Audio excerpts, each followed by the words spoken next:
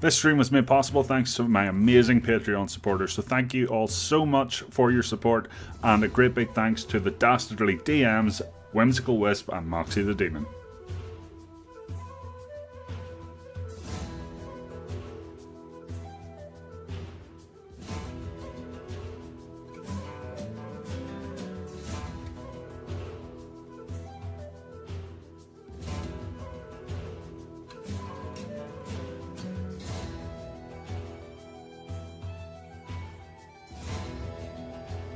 This stream is sponsored by Patreon Supporter Legends. Are you ready to embark on an adventure in the world of Corda Ren? Join us as we delve into the realm of fantasy and imagination, where heroes are forged and legends are born. With our exclusive Patreon tiers, you can become part of the action like never before. From the local hero tier to the esteemed Dastardly Dungeon Master tier, there's a level for every aspiring adventurer. Unleash the power of iconic characters such as Scorpion from Mortal Kombat, Joker from DC, or even my favourite, Spamton from Deltarune, with our custom stat blocks and character options. Whether you're a seasoned veteran or a novice hero, there's always room for you in our expanding universe. Immerse yourself in a world of intrigue, danger, and magic as you embark on thrilling quests and daring escapades. Join forces with fellow patrons, battle fearsome foes, and claim your rightful place among the supporter legends. So what are you waiting for? Take the first step on your journey today. Visit our Patreon page and become a legend in your own right. Adventure awaits, hero. Will you answer its call? Previously on Odysseys of Öskular. Rise from your slumber, taken ones. You bear its mark, yet you are now free. Beware, for the shadows hunger for your return. Teleports into the hallway. Alright. Did anyone see where the keys are? Some of these prisoners are to be considered now conscripted. He is gonna hand you the keys. I'm gonna go ahead and free everyone else. Coming into the room, you see the warden with his back up against the wall, while two non-prisoners are on the furniture, slowly advancing towards him. Back of the cast iron skillet up against his head as hard as possible. The body just collapsing beside the table. You have escaped the prison. Kashan, you can just see like a general kind of hellish aura coming from the entrance to the prison. Wonderful. So I wasn't entirely off when I said we were in hell. There were bounties on your heads after a couple of months. The Adventurers Guild eventually brought you in. As far as I'm concerned, you've earned your pardon. But for now, I recommend you take shelter at the Fiery Flagon. The strongest on the menu. Corda is asking for the strongest drink they got. Yeah, they offer you Hellfire Whiskey is probably the strongest thing they've got. You can definitely hold your liquor, but you are pissed. Roll me D100. Where do you wake up in the morning? Let's fucking go.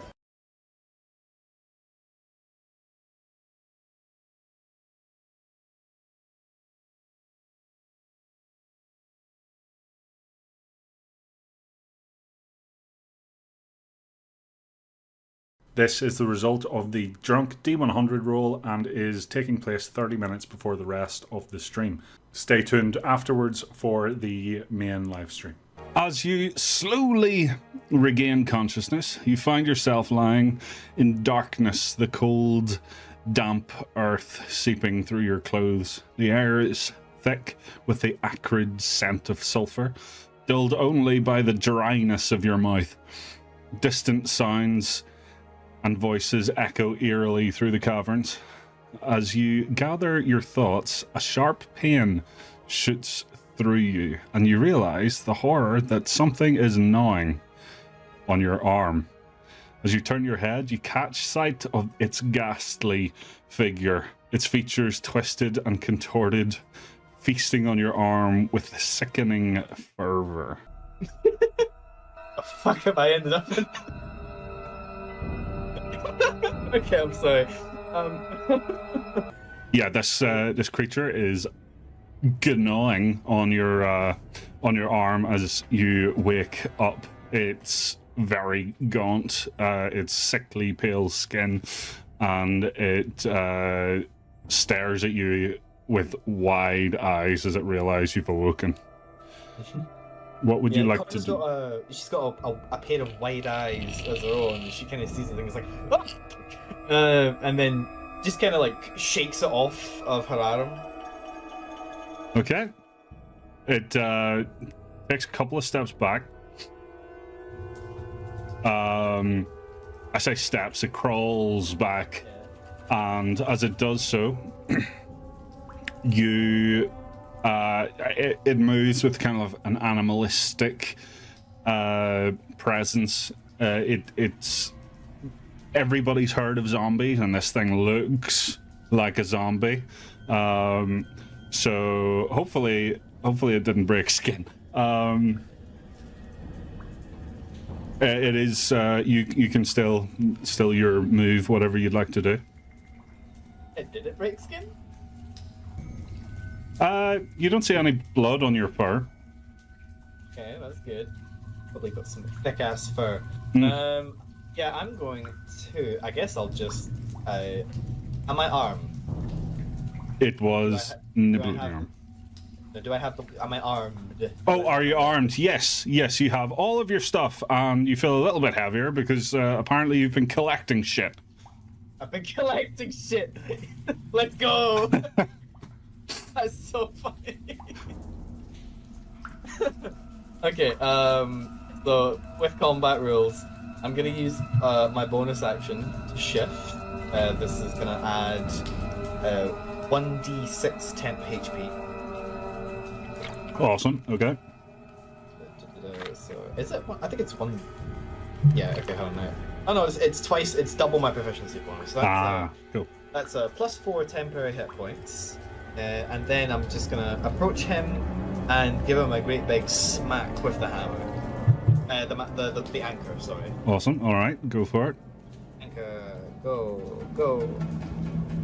That's a 14. The 14 does hit. So you this carousel thing is so handy. Right. Yeah, the 14 hits. You smack him one. Roll your damage. Give him a big old hearty wallop for. She gives like she pushes him back, quickly grabs the anchor, and just like a horizontal smack into the face for 6 bludgeoning damage. 6 bludgeoning. Okay. As you hit him, his jaw comes like completely loose, hangs off by one kind of hinge, as it kind of rears up like a bear almost would and howls at you with this deep guttural howl. She howls back. Oh. Yeah, now you've made a friend. That's how we make friends as barbarians.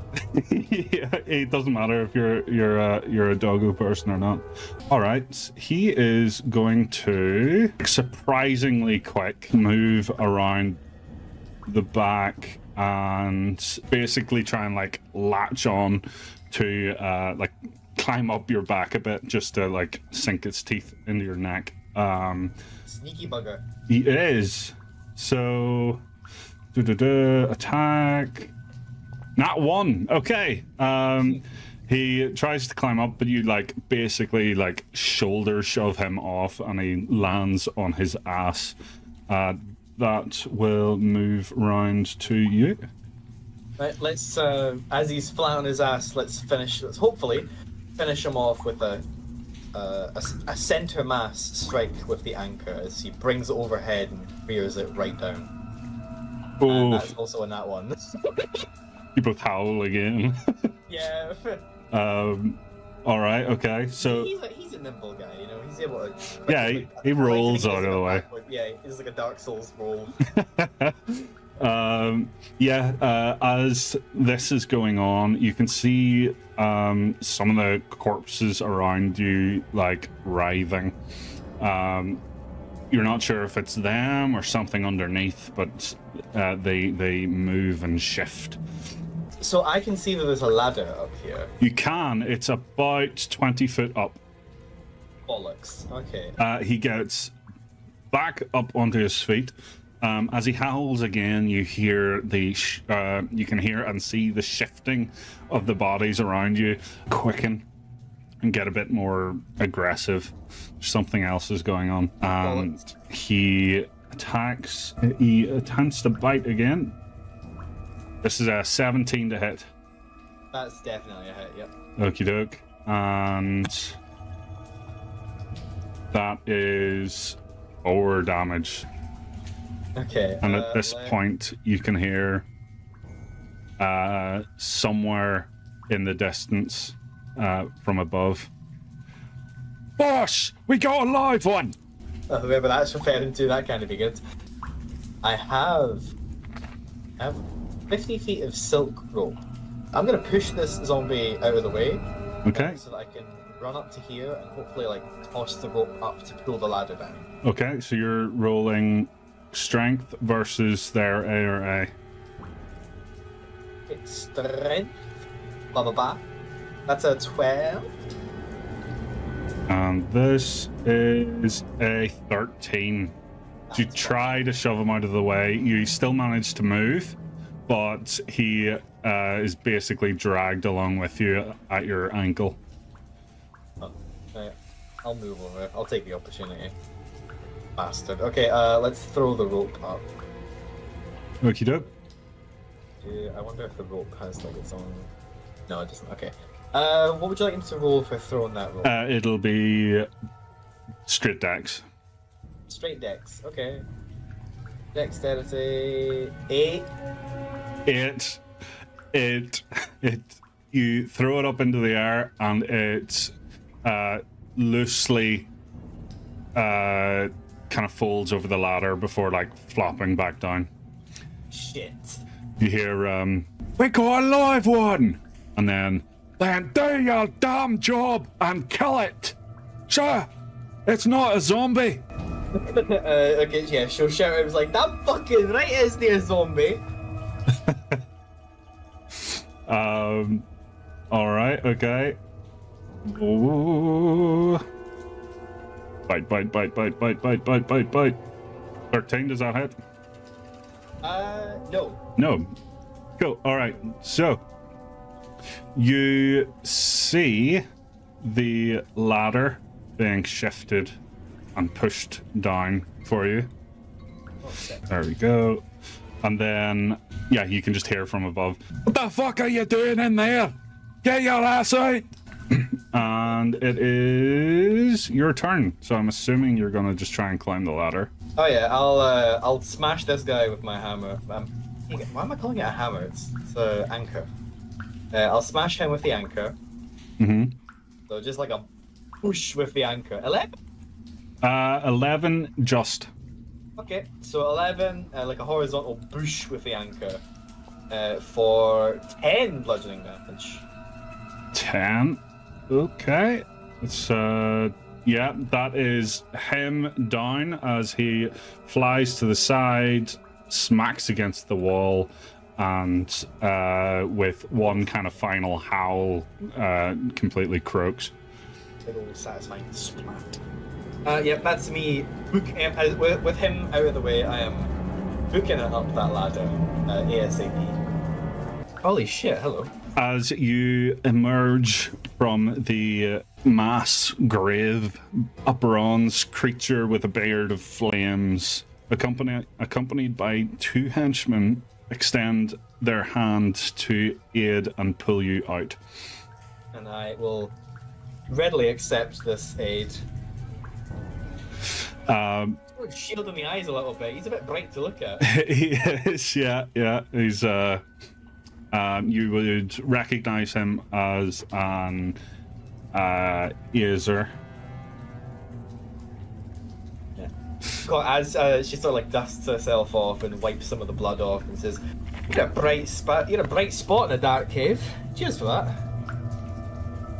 Never mind that. The fuck you doing in our grave? She sort of goes to speak, and then pauses, thinks for a second.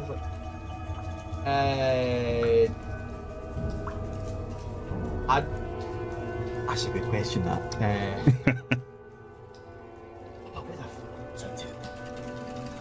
Last I remember was, and then she like pauses again.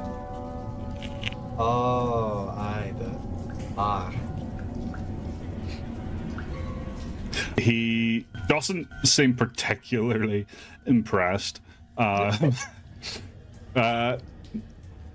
by, you can see a mine cart just shimmering with trinkets and loot.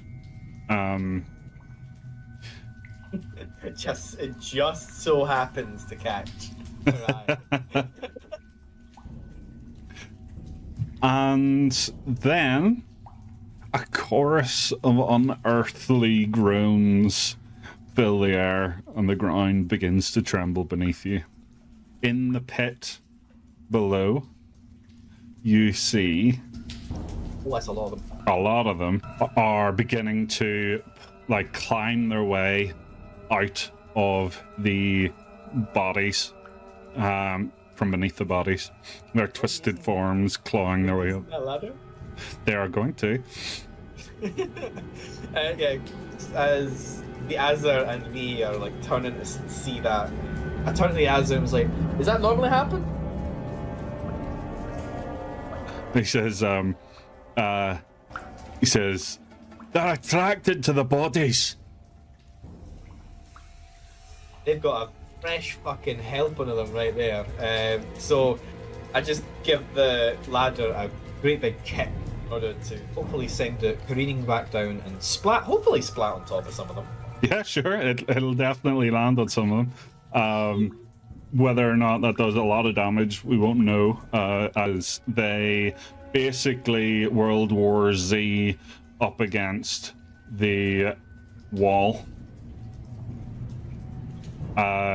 Meaning that they're basically going to climb up each other.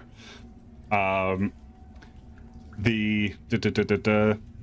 Azer's voice kind of booms over the cacophony of moaning and howling.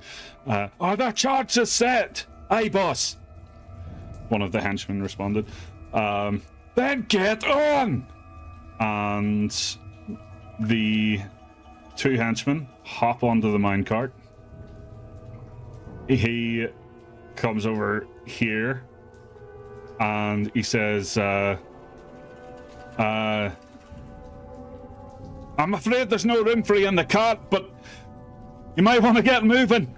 As he basically just starts pushing this cart with the two henchmen in it down this corridor. Bastard. Absolutely. Okay, how much time? Do these zombies, this is going to be an odd question, do these zombies seem afraid of fire? Like, there's a fire here, do they seem to be averse to fire at the moment? No. No, they don't. Because I have an idea, and it's going to be a ridiculously stupid one. Okay. Alright, I'm all ears. So seeing that these guys are about to ditch me, any pre- Well, to be fair, they said you should run too. yeah, but no inviting me, fucking cunts. These guys are probably about to ditch me. If I do this, it's gonna antagonize the shit out of them. I kind of want to grab the Azir and like wave his head in front of the zombies to scare them off. Okay. Kind of like wave them away with fire. You can certainly try. Okay. So you move your way. I'll kind of. I love that you're doing that with him instead of fucking like. Well, listen, he's got like limbs. He can also fight when I'm picking him up. So I'm shimming along this way. As I see that he's about to start pushing the cart, I'm saying like, oh no, you don't. You're not leaving me. And I'm run over. I'm gonna try and like bear hug grab him. All right. Yeah, bear hug grab, and then. So you're gonna roll strength. Yes, strength. 16? 16 versus his strength. 7. So you successfully manage to pick him up. He is He is dwarven size, right? So he is a lot shorter than you. I will admit, though, he is very heavy because he is sculpted out of pure bronze. Yeah, you said his skin was like bronze or whatever. So yeah, as I sort of struggle to pick him up a bit, but obviously a success is a success. So I bring him around the edge, waving the flames in front of these guys.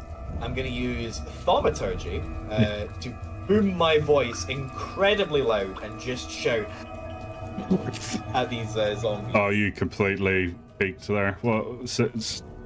I shout "fuck off" at the zombies. Right. Booming, like thaumaturgy, booming as loud as it can. Okie doke. Alrighty, Roo. So what we'll do is, I will. Do you know what? I'm gonna roll for that as a saving throw. Okay. Some of them towards the top basically just fall off as you shout that so goddamn loud that they it basically it's not like the wind pushed them back, but just the shock of it all. Or maybe they just listen to you and they don't like being told to fuck off. But yeah, you wave him around, and as you're doing so, he's going, what the fuck are you doing? Didn't you hear? The charges are about to blow. We gotta get going. Yeah. And he says, Why did you bloody say so? To be fair, he did say that. I'm gonna chuck his. I chuck his ass on top of these two guys in the car. Oh, okay. And then I'm gonna position myself here, and give it a great big hit so that it goes careening down the track. Awesome. All right. And then I'm just gonna fucking sprint after it. Okie doke. So interesting. Not how I expected any of that to go. I honestly, I genuinely just missed the fact he mentioned charges. Maybe I picked because I did say it quite loud. You definitely didn't peek. I was just I'm really running with that 8 intelligence. All right. In game, yeah, both in game and IRL. So yeah, you give it a boot, and it begins to roll down the. I don't know. Can I move that? No, I can. I'm not going to. Okay. So yeah, you kick it. It starts flying down the railroad. It goes downhill, so it picks up speed very quickly. Are you holding on to it? Oh yeah, that'd be fun. Hell yeah. Okay. So, you're flying down down these tunnels, right? It's veering left and right, and you're passing by a lot of like clearly disused mine tunnels that have been completely boarded up. Some of them have been collapsed. As you're going past, you see a couple of groups of like dynamite down the tunnel. Oh, those charges. He, as you fly past, the Azer says, "Fuck! The flame's gone out!" Right, I'll use my anchor as a brake where I'll like swing it. I'll swing it back and just dig it into the ground. It's totally gonna like fuck up the wood in between the rails, but this place is gonna get blown up to bits anyway, so who gives a shit? True. I'll use my anchor as a brake. All right, okay. Yeah. You do that, and you basically slow down to a stop, but you're still about 50 odd foot away from the charges at this point. You can see a group of these ghouls just careening, piling down the corridor as fast as they can. what would you like to do? Okay, I've got a javelin. I've got 4 javelins. Are they... These javelins would, like, pretty much largely be made of wood? Yep. Okay, I take out a javelin. I know, I already know what you're You already know exactly what I'm about to do. I take out a javelin, I look to the edge there, and it's like, that fire you've got's not just for show, isn't it? Before you... like, I'm assuming you're already reaching for his head. Yeah, I'm already, like, slowly putting the javelins towards his hair. As you're doing that, he's already, like, lit, like, a flame in the palm of his hand, but you've already lit the... Oh yeah, you've already put it in his hair. Yeah. That's so funny. He just looks at you. You didn't know that that bronze could look so angry. This guy fucking hates me, dude. But yeah, you've got it. You can. You've got 4. Will I roll an attack roll? Yes. Javelin? Okay, let's see. Yep. So the javelin, it's gonna be a bit burny on the hand, but bollocks to it. Let's give it a throw. 13. 13. Okay. Yeah, you do manage to hit one of the piles of dynamite. As you do so, you see it instantly explode, and the other one at the other side, the other pile explodes just shortly thereafter. You can see everything starting to collapse very quickly, and you're still in the tunnel. Oh, maybe that was a bad idea then. Okay, let's do this song and dance again. We'll give the car a hefty wallop. You're going uphill now. Oh fuck. Okay, well, I know what I'm doing. Sort of seeing the tunnels like shaking, collapsing, the explosives. A mixture of feelings inside Corda. A bit of anger at their own stupidity, but a bit of like fight or flight response kicking in, and that fight or flight response, like sort of ignites a fuse inside herself with rage activating. She remembers some old words of Stu about keeping a level head in some situations, but sometimes you just gotta let the fire burn. So with that, she grows to an immensely large size. Rage. Usability. There we go, I'm big. Alright, okay. Girl. Okay, yeah, so with this rage, obviously my footsteps are going to be a lot bigger. Hopefully the cave is pretty tall. But as I become very large in front of these guys, I'm going to grab the back of the cart with my hands, and I'm just going to push as I sprint. Oh, okay. All right. What we'll do is roll athletics. You can definitely have advantage on this because you've got massive. Nat 20. Okay. Your feet dig into the ground beneath, breaking the wooden panels between the railroad as you start running uphill. Everything is rumbling around you. The cave tunnels are collapsing as you run.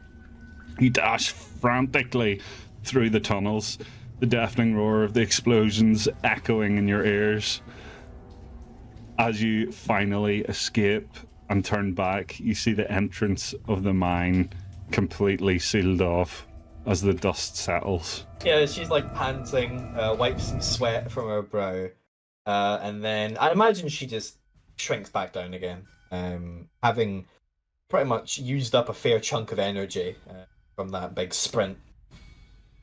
And she turns around to the other 3. She just kind of gives them a smile. She doesn't really have much to say. She kind of got them in and out of that bad scenario. Fair point. Fair point.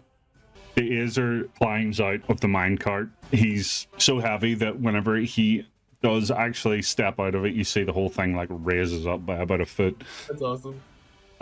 He hits the ground, puts out a, again, bronze hand to shake your hand. Corda wholeheartedly accepts, basically doing a very enthusiastic handshake. And, like up and down, up and down, up and down. She's like, well, that was a lot of fucking fun. Glad to have that one. Well, perhaps don't go around digging up graves next time you have too much to drink. In the meantime, I suppose you've earned your keep. And he takes out a pouch of coins from the cart. It's clear that while they've been like piling up the bodies and stuff, they were also just looting all of them. He throws you a bag. It's a pouch. It's fairly heavy. And you get 20 gold. Who said being alcoholic wasn't profitable? I'll add that myself. Cool. And he also opens up like his own like pouch at the side, like satchel, takes out a small bead and hands it to you, and he says, I've been known to black out a few times too. These come in handy. And he hands you one, and basically it's just going to put you back up to your normal long rest, so you get everything back. I like to imagine that as he passes the bead over to her, before he even says that, she's like examining it, looking it up and down, puts it in between her teeth and kind of chomps down a little bit. It's almost like a glass gobstopper, but the moment your teeth sink into it, it just like turns into like water. I thought it showers in her teeth and she's like, oh. She's like, shit.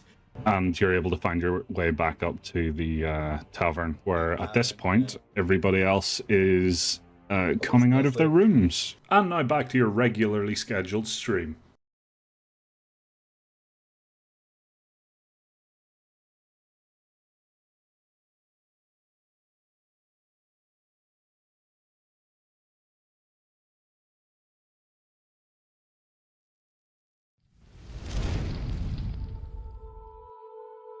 This stream was made possible thanks to my amazing Patreon supporters, so thank you all so much for your support, and a great big thanks to the Dastardly DMs, Whimsical Wisp and Moxie the Demon.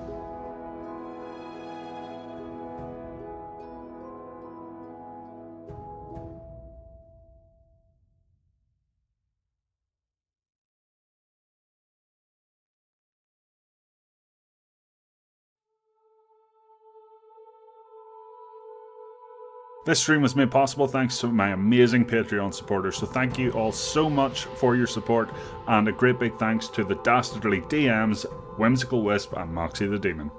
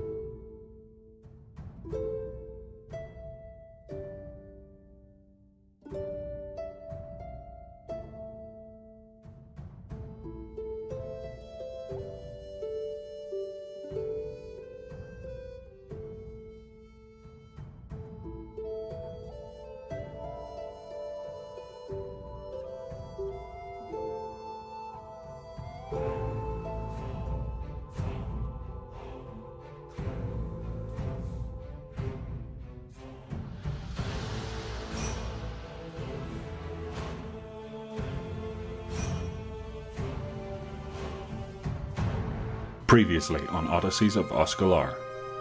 Rise from your slumber, taken ones. You bear its mark, yet you are now free. Beware, for the shadows hunger for your return. He teleports into the hallway. Alright. Did anyone see where the keys are? Some of these prisoners are to be considered now conscripted. He is gonna hand you the keys. I'm gonna go ahead and free everyone else.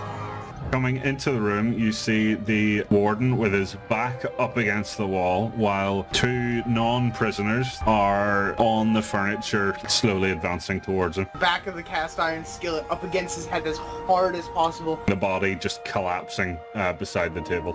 You have escaped the prison. Kashan, you can just see like a general kind of hellish aura coming from the entrance to the prison. Wonderful. So I wasn't entirely off when I said we were in hell. There were bounties on your heads after a couple of months. The Adventurers Guild eventually brought you in. As far as I'm concerned, you've earned your pardon. But for now, I recommend you take shelter at the Fiery Flagon.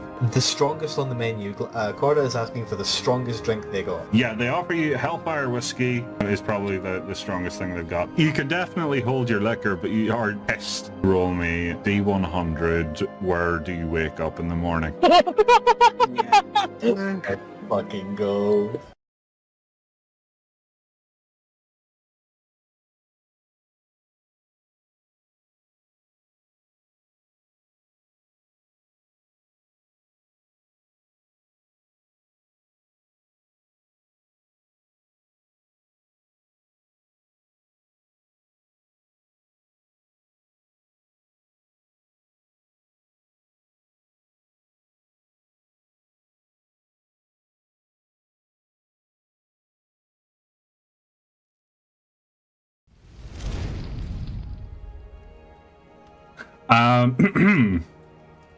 Let's go to the tavern.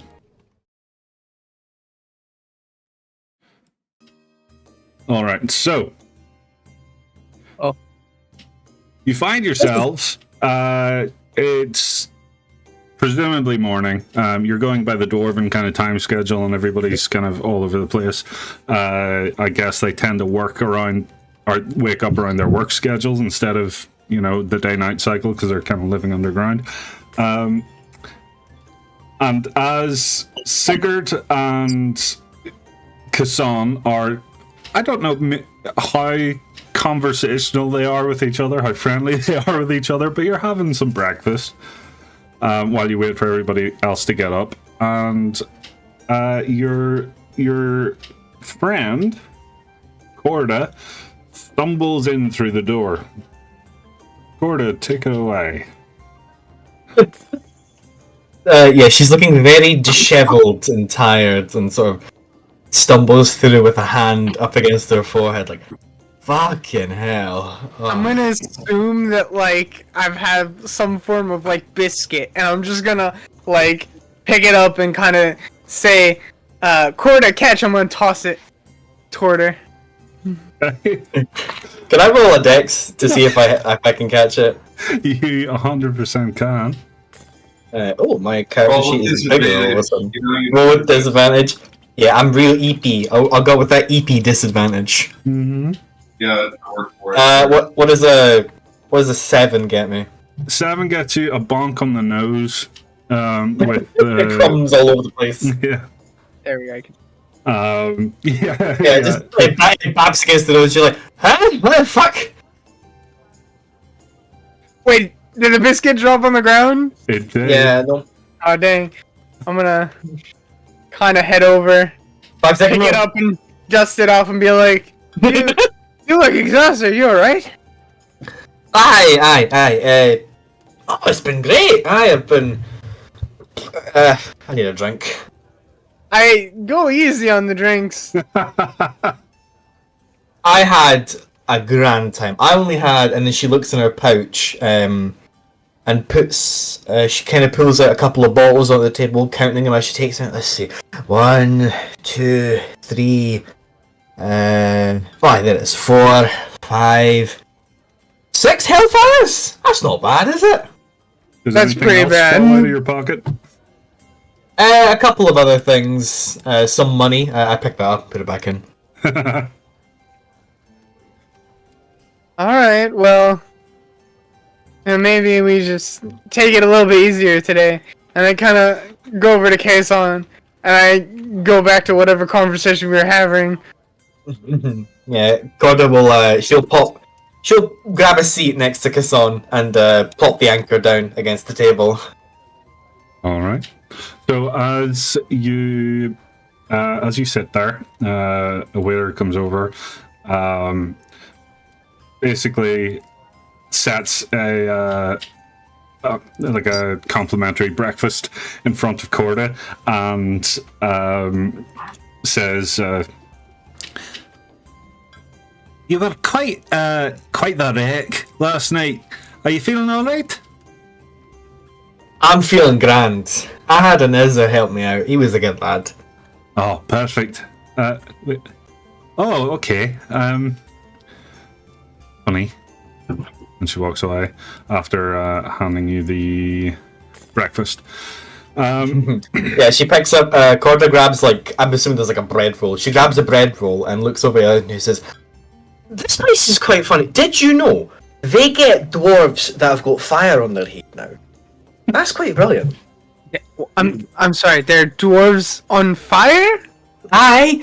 His skin, it was I should have picked him up and brought him here. I did pick him up at some point, but I should have brought him here with me. He had skin that looked like gold, and his head was on fire. Oh my god, I should have. He was a great lad. I think he didn't like me, but at the end, we were all peachy keen with each other. And then she takes a bite out of the bedroll.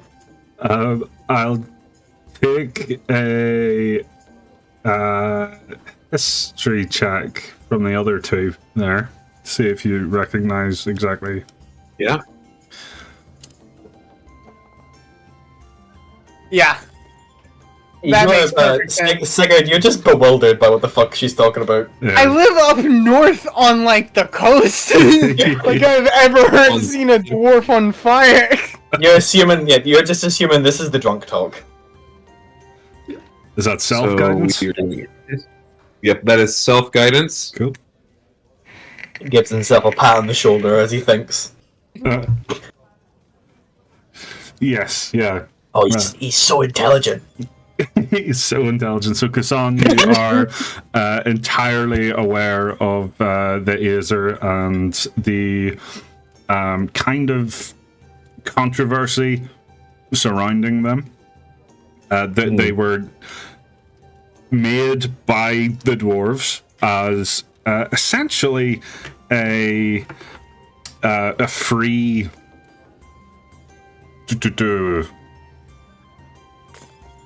what's the word? A free Labor? Free labor. That's the one. But when they made them, there was part of their creation process was to infuse elementals into it to make them to power them, and in doing so they just basically had sentience, and now they are equal with the dwarves. Corda would have a kindred spirit in the Aesir if she knew what the fucking Aesir was. Oh, she knows what it is. She just has no knowledge of. She's stupid as fuck. Yeah, Hassan is going to go ahead and just like dig a little bit more into it with questions like, so did they have a beard made of pure fire, approximately 4'6" to 5'6"? You know, it starts like describing Aesirs in greater details before going, that's an Aesir. They were created by, and then goes over all the stuff. He's writing this down. Honestly, you should have seen his head. His head, it scared off those zombies. His head was like a torch that scared off the undead. He only had 2 feet, so I don't know if it's the one you're talking about, but he was a pretty good lad. That's so funny. I'm sorry. Wait. Zombies. Aye, zombies. They were inside the death pit. So, let me get this straight. You woke up somewhere near a death pit with zombies and met a man made of bronze who was also on fire. No. I woke up inside the death pit. And then I met a man who was made of gold or whatever the fuck, and he was on fire. Nearly left me for dead. Good thing I know how to light up some dynamite. Dynamite normally has a fuse, is that right? Yeah, I mean, I think so. What's your intelligence score? Mine is like 8. I wonder why. We have the same intelligence. Intelligence. When you make us use standard array, what did you think was gonna happen? No, this is why I'm using standard array.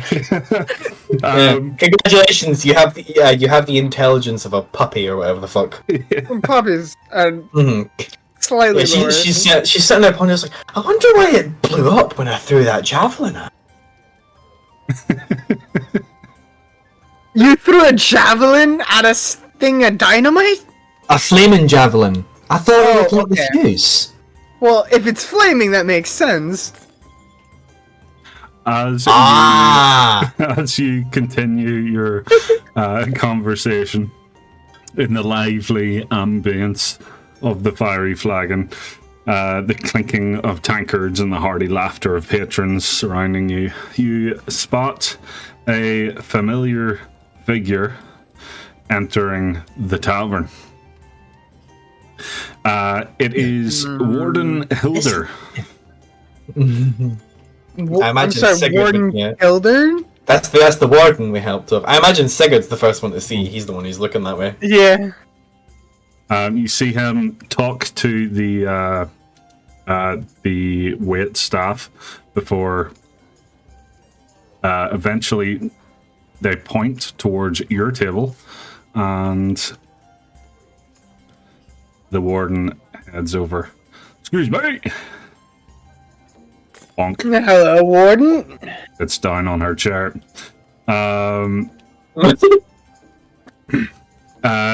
His rugged features and kind of his expression is a lot more it's a lot different to the last time you saw him. He has a sternness about him, and the last time you saw him he was absolutely terrified. He gained a bit of his composure. Yeah, at least in front of other people, yeah. Corda takes notes. She says, "Oh, morning. You're looking a bit harder the last time we saw you." That may be. Can I get a perception or insight? I'll let you choose. Insight. I'll do perception because perception is better. I got a 17 for insight. I got 14. Did not mean to roll that with advantage. Sorry. 7 million dice. I don't know. Wait, let me try that again. I No worries. accidentally clicked advantage.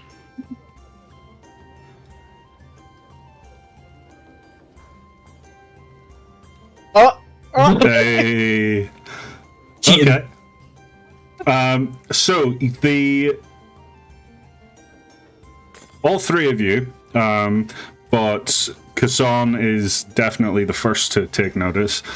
The warden is trembling. His whole body is like very subtly shaking as he tries to maintain a very kind of authoritative posture. He sets his hands down on the table as he looks towards the three of you, and he says, "Well, lads and lasses, I've got news for you. Good news, as it were. Seems your pardons are nearly ready to be officiated. But, he leans in, there's a wee task that needs attending to first." Leaning a bit. Sigurd is very quick to lean in, as he's worked with the Adventurer's Guild, so he knows, like, business is business. He's like, go on. Corda leans into it. What's the pay like? The pay is not being wanted, but you know you can keep what you find I'm along the way. used to not being wanted. It is not what it's cracked up. What the fuck? I'm so God, K-Son, I love you, man. His son's great. The warden puts a hand on your shoulder and he says, "Well, I want you for this, so." He leans in and he kind of whispers. He doesn't. It's clear he doesn't want anybody else in the tavern to overhear. Nobody loves me. Well, I love you if you do work my job. Yeah. That's so fucking funny.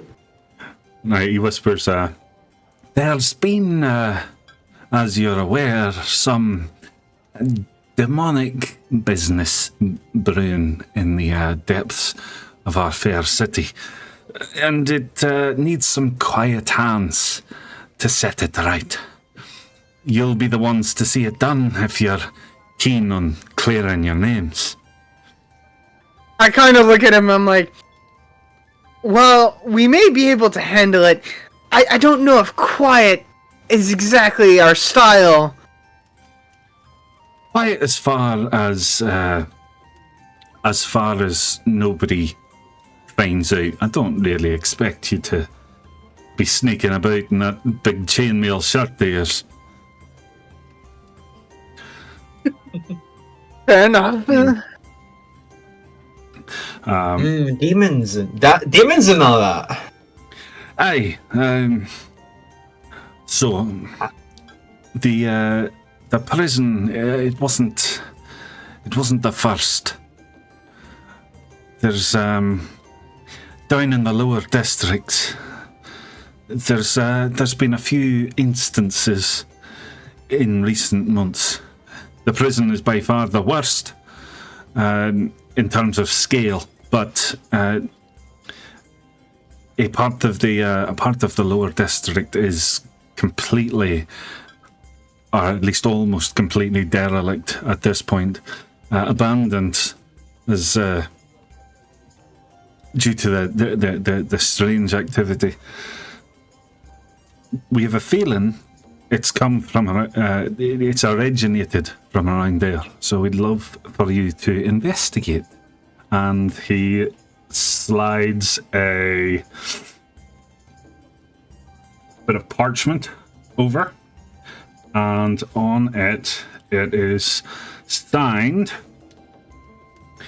by High King Thrain Stoneheart. Pythian High, Kingstone. yeah, High King. Oh, High King. Yeah. High King Stoneheart. Okay, that's much more.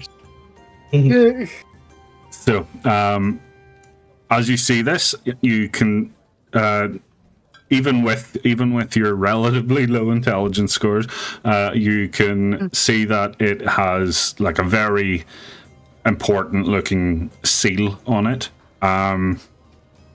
And for everybody that's lived on the actual like inland on the country of Öskular, you would be aware of High King Stoneheart, just because he, rules Öskular with an iron fist. Yeah, his face is on all the coins, for fuck's sake. Yeah. So yeah, you see that, you realize that this is not just a favor for the warden, but has come down from the top. I see. Well, Very well. It would be detrimental to the realm if this infernal infestation persisted. That's the spirit! And he slaps you on the shoulder. I don't fancy getting muddled up with royal or whatnot, but I suppose smashing about a fucking couple of demons would be fun. Yeah. Might need a few bit of extra, what do you call it? A wee bit of extra incentive to support us along the way, something that'll help us gather supplies, help for the whole and the mental health, You need a mental health day. There is I need money. Oh, I see. what? Right, okay. Well, he already did say no, but you can roll me persuasion for that. I imagine as like the persuading happening, Sigurd's just kind of sitting there wondering like what are we actually gonna need? Like what? 13.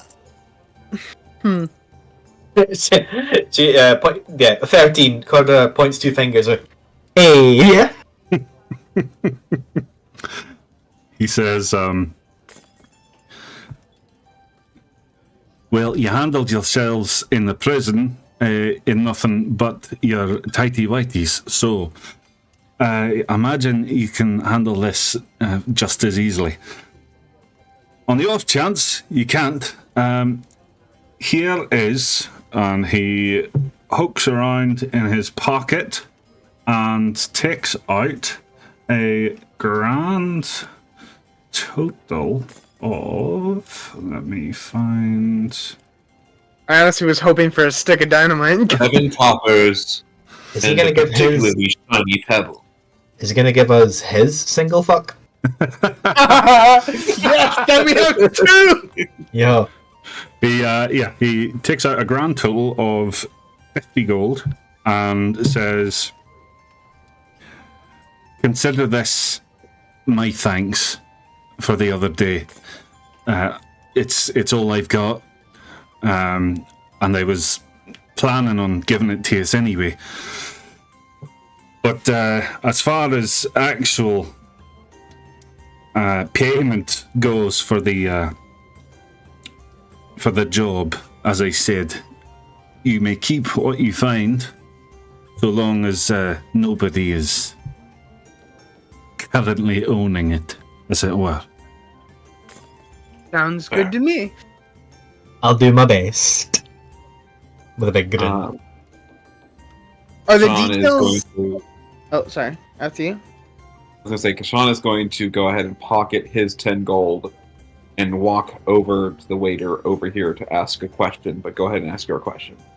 I was just gonna ask him, are the details like on the ledger, or do you have somewhere in specific in the city that you know we need to start with?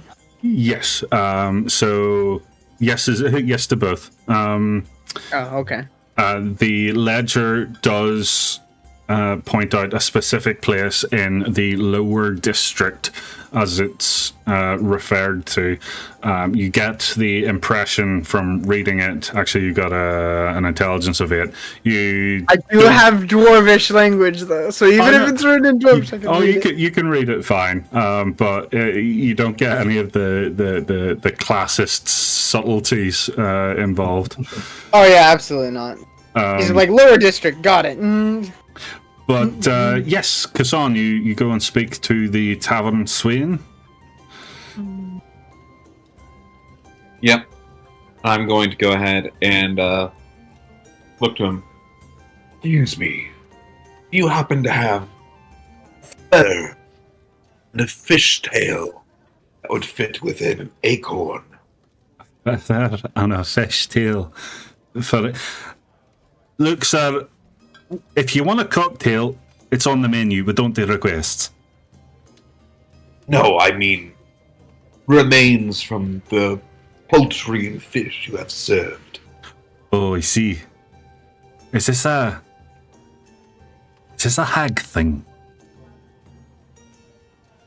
Close. Natural magics. Fair enough. No worries, no worries. I will get right on that. Looks like the folks here are superstitious.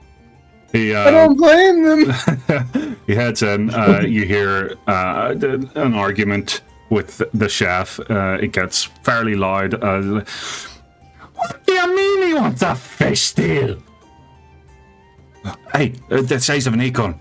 One that is small enough to fit within an acorn. Fit within an That's acorn. Be an anchovy. I'm It's gonna gonna make it even more just pissed gonna off. head over here after I hear the yelling. I'm gonna go over to Kason. Like, Kason, what exactly happened?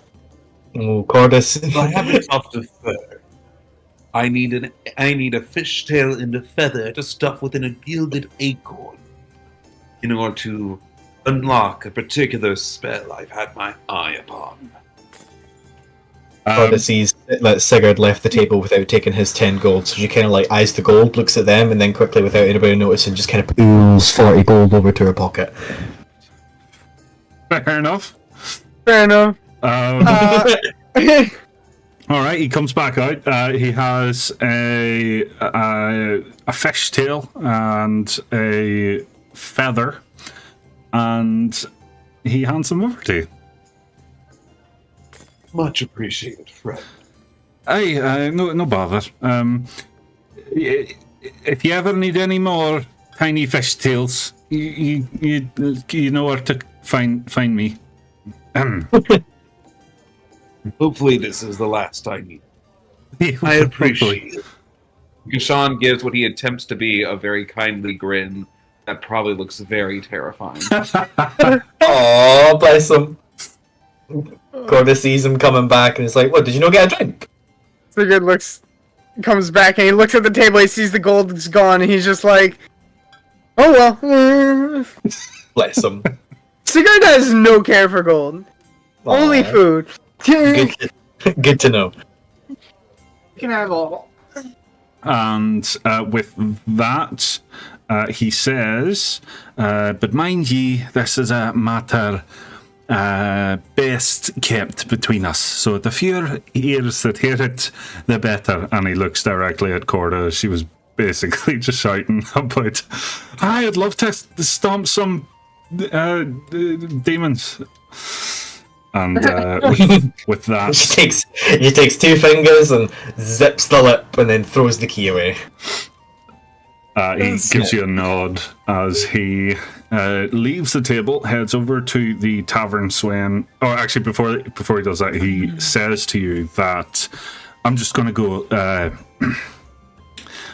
let the bartender know that where you all have gone should your friends wake up.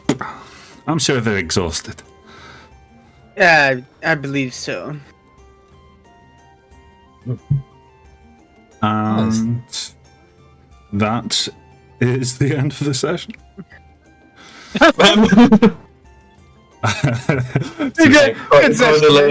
Corda does look around the table and it's like, "Is the elf and the Tin Man on your way?"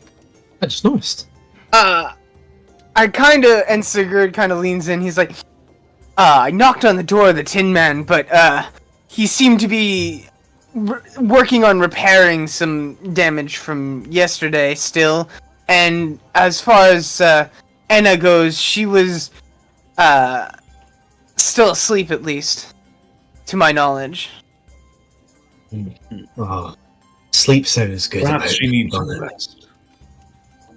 I wonder if that Tin Man knows about those fire dwarves. He probably made of the same stuff as them. Probably quite expensive too. And Sigurd, can I roll an insight check to see if he can tell what Corda is thinking? Yeah, sure. Just Corda's gonna like shave off a little bit of metal from his toes every Okay, night. on a 15, I'm assuming I know that. I'll tell you what you get on a 15. On a 15, you get the vibe that Corda's currently plotting how to sneak a toe or a finger off of him. See if she can pawn it off somewhere. You just see the dollar signs in her eyes. Oh yeah. Corda, please, if you're gonna get anything from it, at least ask first. I'd rather not just have you tearing him apart. That's good. I could get a finger off him without a fight. Good thinking, you. And Are we ready to head out then? I believe so. I'm about as ready as you'd ever be. She grabs the hold of the anchor and stands up. Alright. I'm just gonna make my way toward the... Yep, there we go. Alrighty, There's Rue. So I guess it would be a good opportunity to get any supplies that you might need before you Shopping! continue. Mm-hmm. So if there's anything very specific that you need, we can do that very quickly, or sure, I didn't browsing mean to- is A-okay. Armor. Oh, I do Sean recall wants you to saying for studded leather, yeah. druidic armor, as he can't wear metal. Ah, okay. So... Unless that's not a thing in your world, but that is the rules of it. I'm gonna look for non-metal armor in a dwarven city. I feel like you could find a couple of people stone. selling stuff out there. Yeah, you'd find stone. That's actually not a bad idea. Actually, Yeah, stones be actually heavy. sounds pretty cool. stone. It would be very heavy, but it's probably very sturdy as well, isn't it? Good luck trying to cut through 5 feet of stone. Well, Nah, yeah, as you... The battle rages can do it. yeah, so you head over to the Magma Forge Armory. Over there, you find the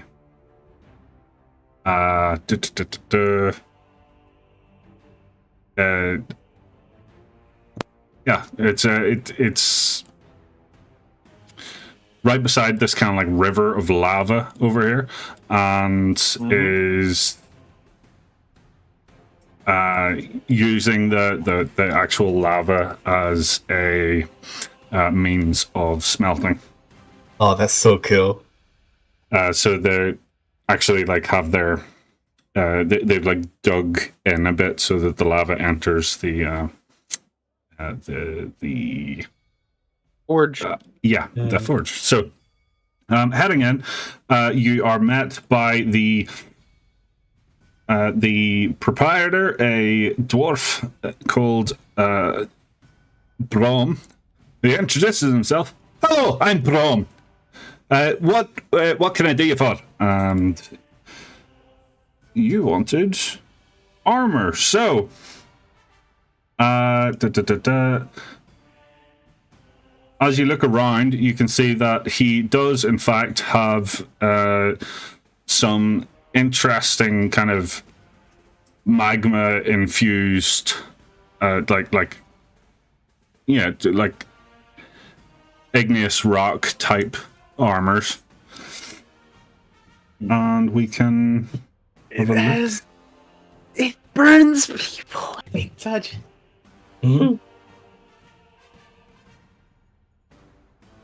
Corda's already like tugging at Iron the Pot is a backpack. She's tugging at the fucking hem of her.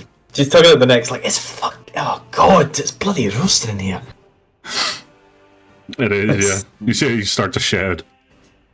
You can see the sweat on Sigurd's body. God, it's a good thing we got two animals that don't cope with heat very well instead of volcano. Yeah, right. Sigurd's just glistening over there. He's glowing. I saw the pot, and I'm just like,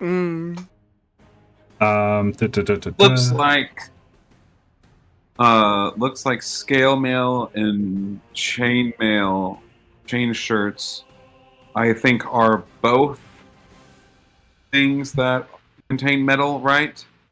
You can get a igneous rock version if you want. Igneous rock version. Yeah, so it's basically just going to be made of like hardened lava instead of awesome. metal. what? That's very cool. That also super fits the whole, technically a fiend aesthetic. Ah, yes. So you can choose whichever you want there. He's going to go for the stronger of the two kind of midline armors, which is scale mail. Cool. Which a party cannot afford it. Oh, right. It That's doesn't let me purchase it on my own. That's absolutely fine. What I'll do is pop it in for you. It's trying to use the inventory of the party icon, I think. Yes. Yeah. Okay. Out of curiosity, I kind of ask Corda, do you think we can all see in the dark? I'm pretty good at it. I've had a fair couple of times I've managed to see out in the sea. What about yourself? I mostly worked in a kitchen, so You don't darkness really never was a problem. Oh shoot! I closed the I shop can be by your accident. guide. She has a I am quite proficient. She has a glance around and sees a lantern on the ground, or like a lamp, and There, picks it up and is like, I suppose this would make you feel more comfortable then, wouldn't it? probably. As you So she chucks it over to Sigurd. Oh, you don't have dark vision then? All of us have dark vision, I think. Oh, okay. Do we? That's exactly what I was asking. I do. don't know. Where? I know that Kasson has a shit. Has like Oh, do you the know most who armor. doesn't? The Highforged, he doesn't. The darkness of the hills themselves could not block my sight. Who doesn't have like searchlights And I and glow in the eyeballs? dark. You remind me of that fire dwarf. As he hands you the igneous rock armor, it should be in your inventory. Do you see it? Did that not Okay, I'm work? opening back up. It wasn't there a second ago. But maybe I just need a refresh. Skill mail. I am not seeing it in my inventory. I'm just Weird, 'cause it gonna. clearly says that I purchased it. Yeah, I will just. But I I'll just add it see manually. it. That's fine. Okay. Skill bill. So yeah, as he I'm hands just it to you, Second. it's very. It's quite hot to the touch, and he assures you, don't worry about that. It's the proximity of the lava. It'll cool down as you wear it. I hope. And I still cannot equip it. It's not there. there we go. My player character says backup, March 1st. Scale mail, there we go. Wonderful. Alrighty, right. And did anybody want to buy anything else, or is that it?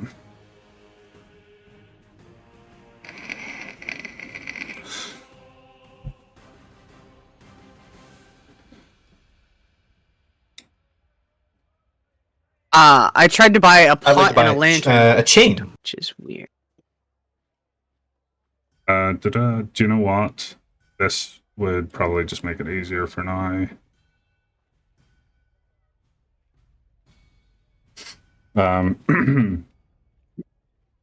So, wait, why? Oh, did you change your sheet to the other one? Oh, me? Yeah. Yeah. It's okay. It means I can you change it won't- back at will. Look at It's that, just- huge. You can change it back either way. This one for me at least is easier to see. That's okie doke. I'm just checking. Right. So, what did you want to buy? An iron pot and a wooden lantern. The money was already taken out. I just don't have the items. Yeah, iron pot.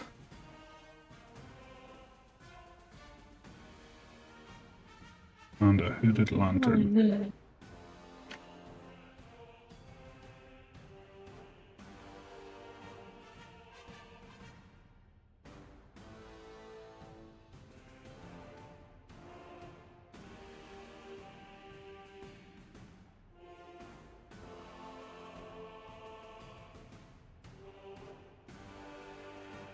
Interesting. That explains that. I don't have an iron pot.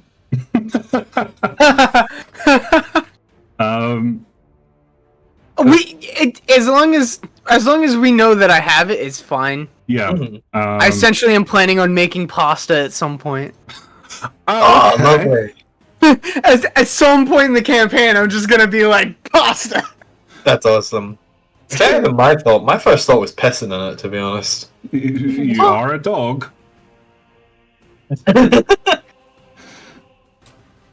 And then the other one was the lantern, yeah, so hooded lantern. Hits on it, it's like my fucking pot.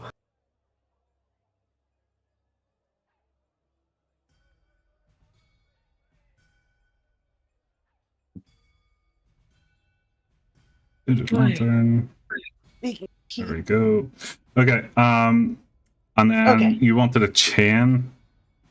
I'd like a chain. Yeah, Corda Ren, like she picks up a chain, gives it like a sort of little lasso twirl, catches it again, and then looks over to the smithy, and she says, "Do you reckon you could hook this up and attach it to my anchor?"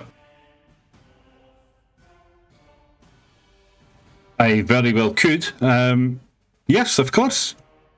That will cost 15 gold then.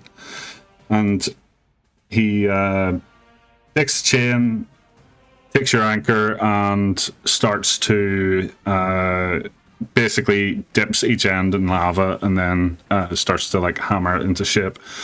And what we'll do is I've removed the money from myself. cool. Chained anchor, and basically we'll let you do a ranged attack with that up to 10 foot, I think was the chain. It's 10. Yeah, it's 10 foot of chain. So. I'll just change that. Chained anchor, 10 foot, and then you can so you can make a ranged attack with that and then pull it back. Pulling it back will probably be your bonus action, I'd say. Path of the Giant does have an ability that is all about ranged attacks, and when you throw a ranged weapon, it automatically comes back to you. Oh, okay. So that's only when raging, though. My thought process is just the chain can be like a tangible way of Corda getting the chain back. I see. Without it just magically teleporting. Although it does give me bonus range when I'm not ranged, because I'm not always ranged. Fair. Yeah. Alrighty, right. Okay. And with that, there's other shops, basically potions, stuff like that. There, if anybody wants to have a look. I'd like to have a look at the potion shop. Her? And she's like eyeing up and down all the very brightly coloured bottles like a kid in a fucking candy shop. Yeah. You so when you arrive at the potion shop, it is also run by a dwarf named Valda, who is very eager to help you as she potters around the store, kind of like I don't know if America has Lush, but Has what? Lush is like a perfume shop type thing. Yeah, when you go into a We have perfume perfume shop. They're just We have not a called perfume that. yeah, so you like go into a perfume shop and like the store people just follow you around. Like, do you want to smell this? It's like, no, I'm getting overwhelmed. Filter of love. That's an interesting fucking potion. That's funny. Yeah, Yeah. Potion of what love? It's a filter of love. it is. It's a love potion. It is a love potion, Mhm. and it's actually, I think it's in the DMG. It's a legit one. That's funny. You become charmed by the next creature you see for 1 hour within 10 minutes of drinking the potion. Yeah, don't feed that to Corda. She will literally squeeze the fucking life out of you. I like to think she's kind of sniffing her nose around the bottles until she finds Alchemist's Fire. That intrigues her. That's a very interesting looking bottle. Very cool. So we do have Alchemist Fire, don't we? Yes, we do. It's in that potion shop. Yep. 50 shop. 50 money. 50 money. I'll take it. Good thing you got that 40. Yeah, I wonder where I got that 40 from. As long as I have a little bit of money for ingredients, it'll be fine. There we go. Now it's actually... Yippee. So that should have automatically went in this time? Mm-hmm. Did it? Son is going to go and buy the herbalism kit, and so we'll try Let's that. see. I don't see it in my inventory at the moment, but we can fix it later. Okay. I think I'll grab myself like fuck, how expensive was that? 50. The Alchemist Fire is 50. Oh, did I only have 200. Okay, that's fine. Sorry, I'm tripping. I suppose I could take a healing potion while I'm here as well. I'll have a look at that too. Let's grab a healing pot. This one smells good. So you got the normal one. There you go. Can he not go without a flask? And a flask. Wonder what it's like putting alchemist fire in that. Be careful with that, Corda. I imagine it would just burn through. It burns, but it's so good. That must be how they make hellfire whiskey.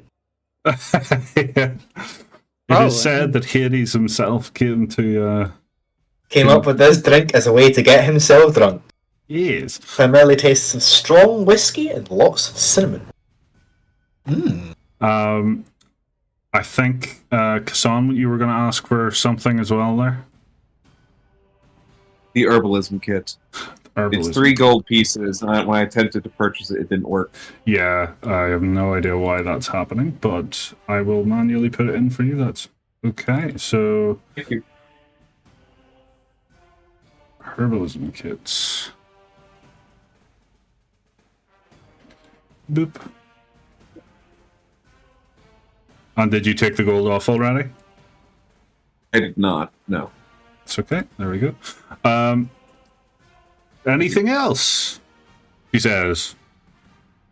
I think we're all set for now. Alrighty, Ruth. Corda's still sniffing around the potions, but she's done. She's just having a sniff. And with that, you get going. You follow the instructions as per the parchment, the letter that you got, and make your way down to the lower district. And as you follow and continue, you eventually find yourselves stepping into the dilapidated streets of the poor district. A sense of desolation hangs heavy in the air. The buildings with crumbling facades loom ominously overhead. Their once vibrant colours now faded and worn with neglect. In the distance, in this very quiet part of the city, you can hear quiet but frantic screaming in the distance. Frantic Do either of you, What, Kisson? Son, looks at you two. Do either of you also per chance have a special sense for detecting outsiders? Unfortunately, no. I like to think my nose is pretty good. Shall try. Gashan is going to go ahead and cast his spell once per day. Detect evil and good.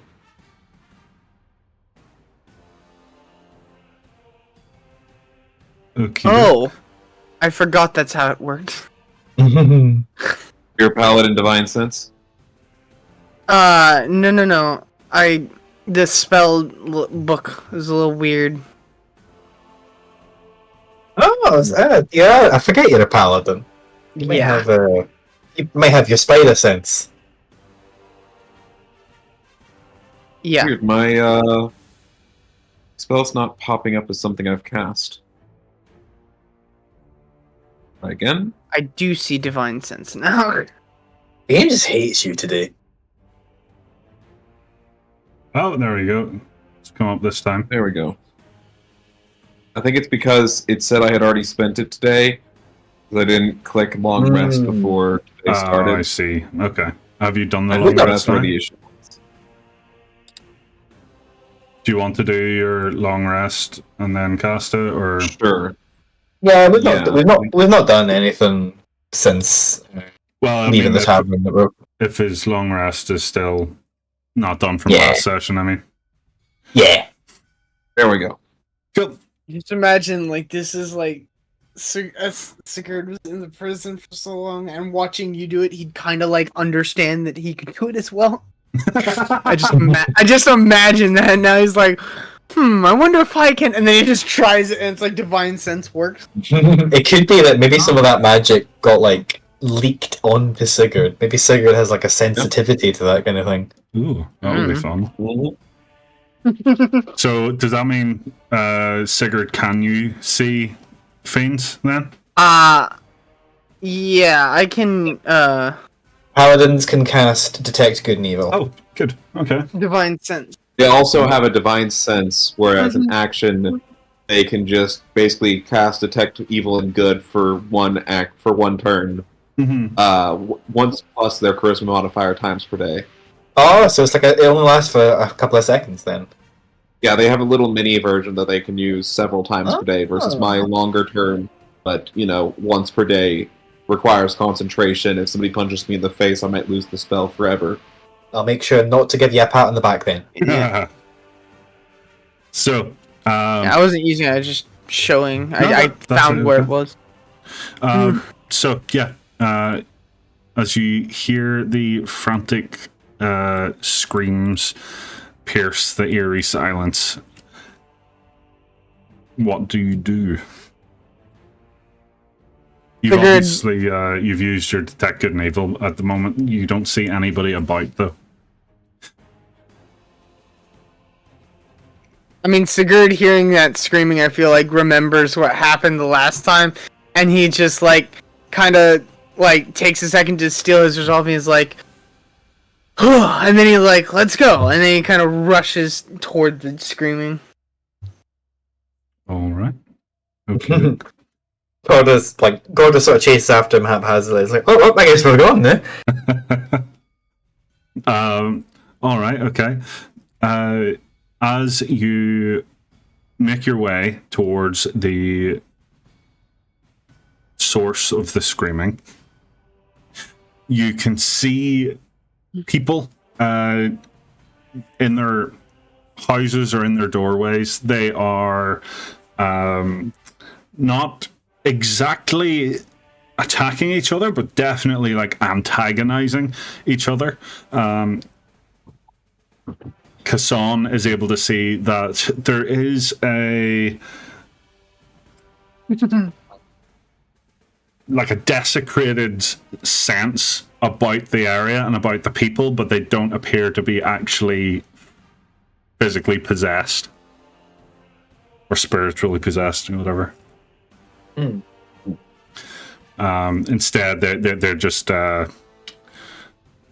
surrounded by this fog of desecration. Fog of desecration. That needs to be a spell.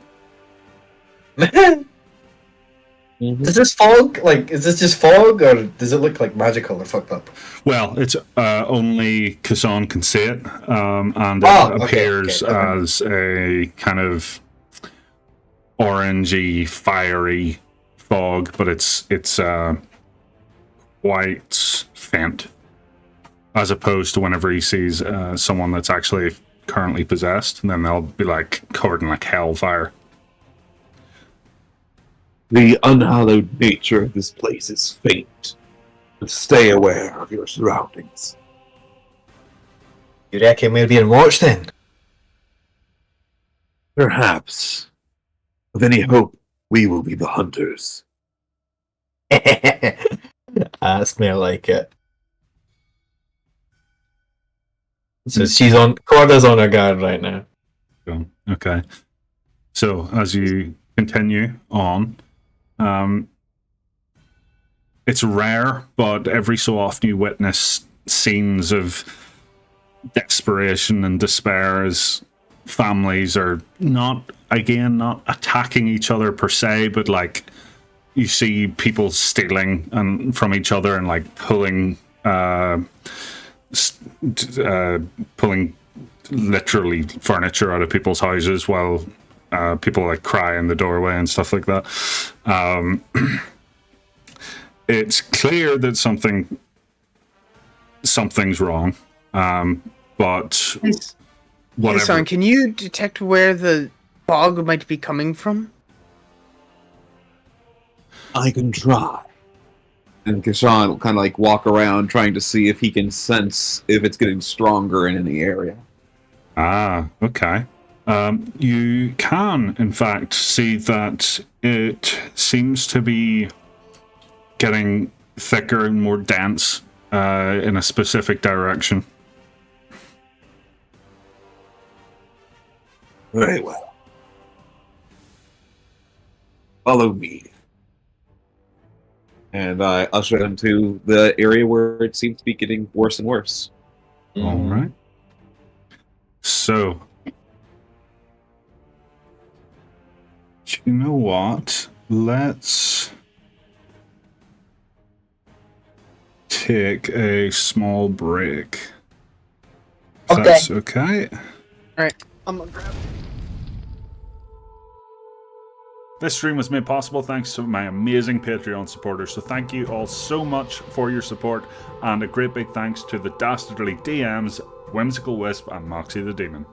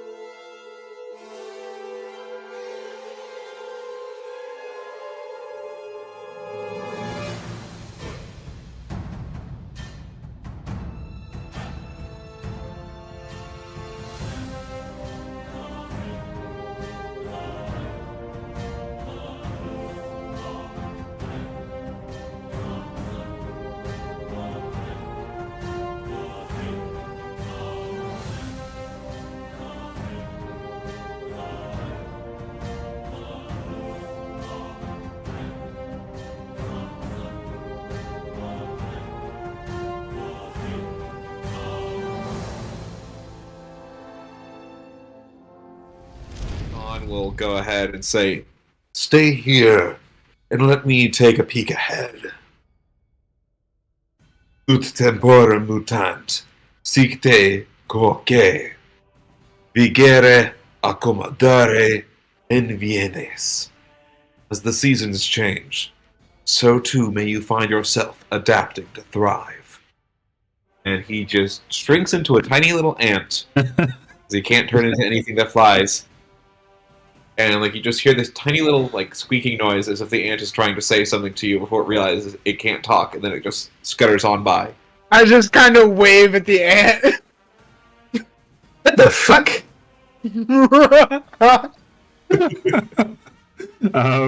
Okay, right. So you change into an ant. As you do so, I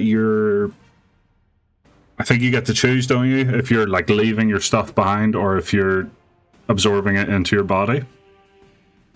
Yeah, I'm going to absorb it into my body so that if I get stepped on, I manifest with every thing still on me. Awesome. Okay, good. Because it's like all of a sudden like a complete like a stampede of people. Okay, so you continue ahead. You scout ahead. What I'll get you to do is roll me. What would be appropriate for this? I'm thinking like survival. I'd say either survival You or can crawl on walls. I'm an ant. Ah, yeah. So okay. So I'll just use the spider stat block if that's okay, because there's not a proper okay. ant one. That's absolutely fine. Yeah, so you can roll me perception then as you scout ahead. Alrighty. I do maintain total stats as a wild shape. So I will go ahead and roll. No guidance because I'm still focusing on my Hellfire sight thing. No problem. Okay, so as Nope, that's not good. as you continue on, you nearly get stepped on by a 1,000-foot Enna Brightwood. What the hell did I just join into? That's amazing. That's so funny. As Enna Well, hello, Enna. turns the corner, nearly squashing you as you go to climb up a wall to get out of the way, and that is why you. My cat just. I'm sorry, my cat just knocked everything over. Are you okay? Typical cat behavior. Mm-hmm. All right. I think he's fine. You driving now, Jum? Yes, I literally just got into my car. That's okay. I will make rolls for you if we need to. But in the meantime, you have a quick recap. You were basically told as you woke up that your party have been told to go down to the quote-unquote poor district, as it were referred to by the tavern swin, and he said he had no more details than that, unfortunately, because the warden wouldn't give him any. But you managed to catch up with your friendos. And you don't see Kassan because he is an ant, and you don't know that. I'm just like waving toward Enna, like, hey. But yes, Kassan, you scout ahead. You don't see much as you nearly get stepped on, but you are able to, get a higher vantage point by like climbing up some of the really tall walls, and you can see the definite direction that the that the aura is coming from. You know 100% the direction. You just can't pinpoint a specific like street or anything like that. And he crawls back down. Kind of climbs. I was about to say climbs onto Grimble. No, does not climb onto Grimble. Grimble Is up going to there. go ahead. Is going to just go ahead and climb. If Sigurd Up. sees the ant or any ant, he's Bird. gonna try and have him climb onto him. Yep. I'm gonna go ahead and let you pick me up, and just like with the antenna pointing in one direction. Oh, I think you're peaking. Are you doing like a high pitched I voice? said charge. Oh. Yes, I was doing a high pitched voice. Oh no, I missed it. It's peak. All right, and I'm gonna be like, I got my frying pan out. I'm ready. I'm gonna go ahead and charge in the direction this tiny ant is pointing me. I'm right behind you. I guess seeing the rest of my party run off, I'm gonna follow. I just got here, but I don't know what's going on. Basically, with business, and then he kind of just we're saying that just runs forward. I can imagine that Sigurd's eating as well. He grabbed a muffin from the tavern. Absolutely. Okay, yeah. So as you turn a corner, you can see. Oh, okay, sorry, my cat is not going to stop me on. I will be back in just a momento. My bad. This stream was made possible thanks to my amazing Patreon supporters, so thank you all so much for your support, and a great big thanks to the Dastardly DMs, Whimsical Wisp and Moxie the Demon.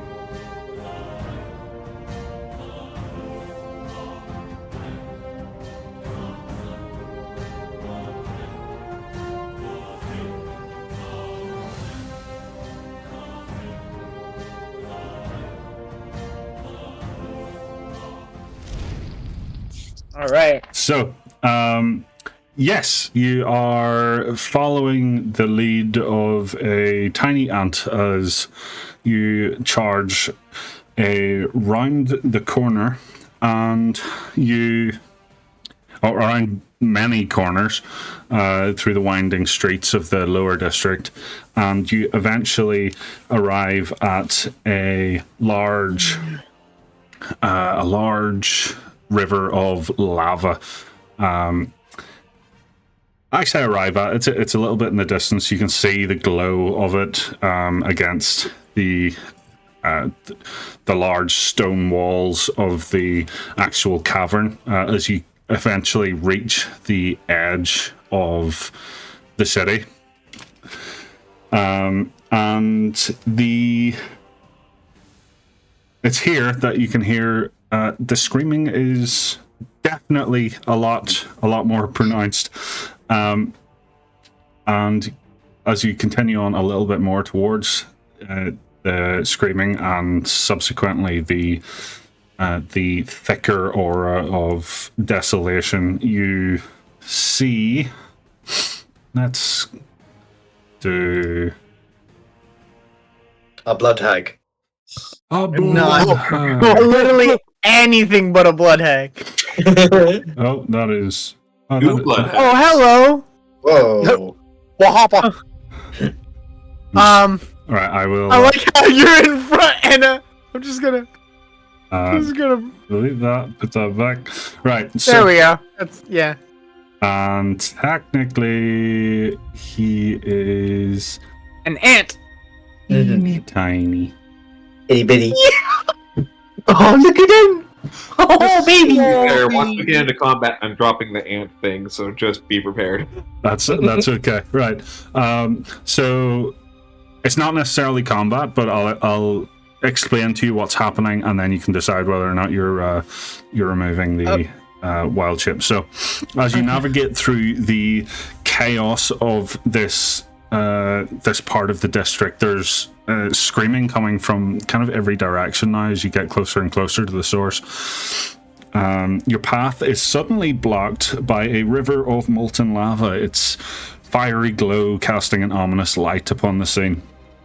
A rickety, damaged stone bridge stretches precariously across the seething mass, leading to a cave beyond. Blocking the path is a grotesque spectacle. A towering, feathered devil. Its massive form looming menacingly over a hapless dwarf.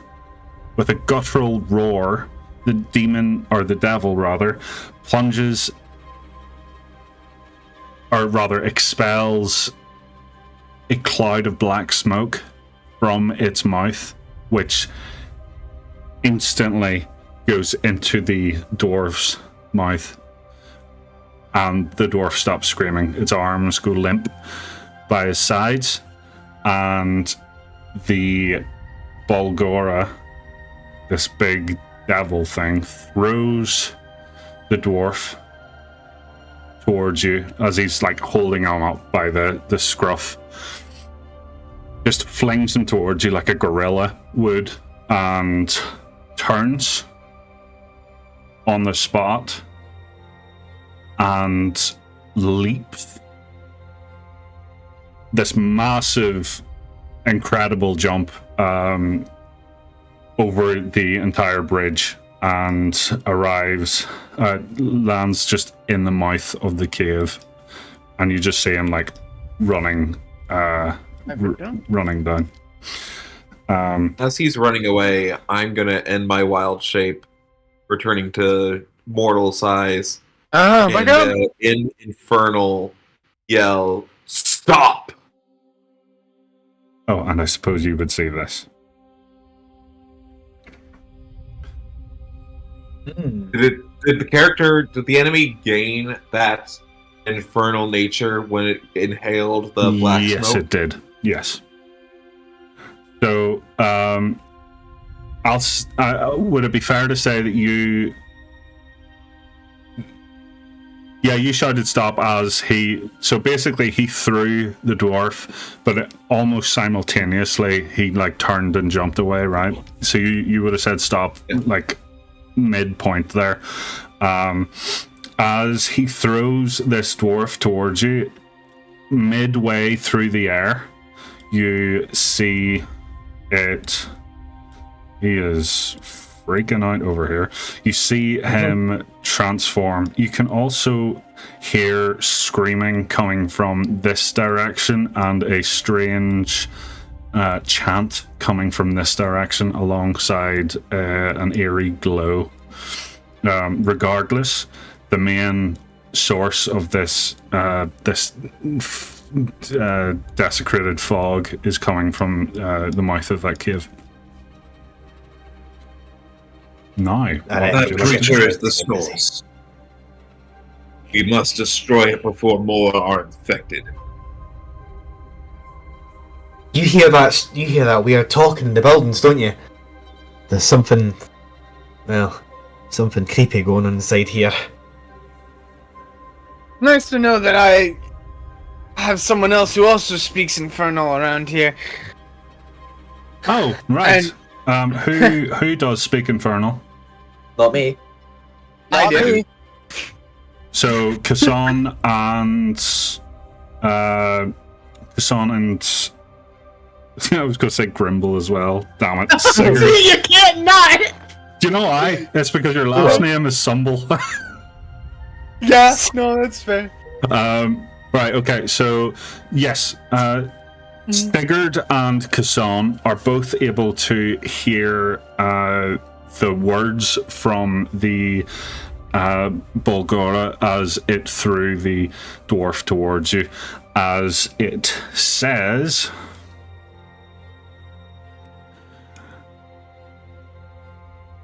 in Infernal, obviously. Yep. This place belongs to Zormodon. But to everybody else, it just sounds like...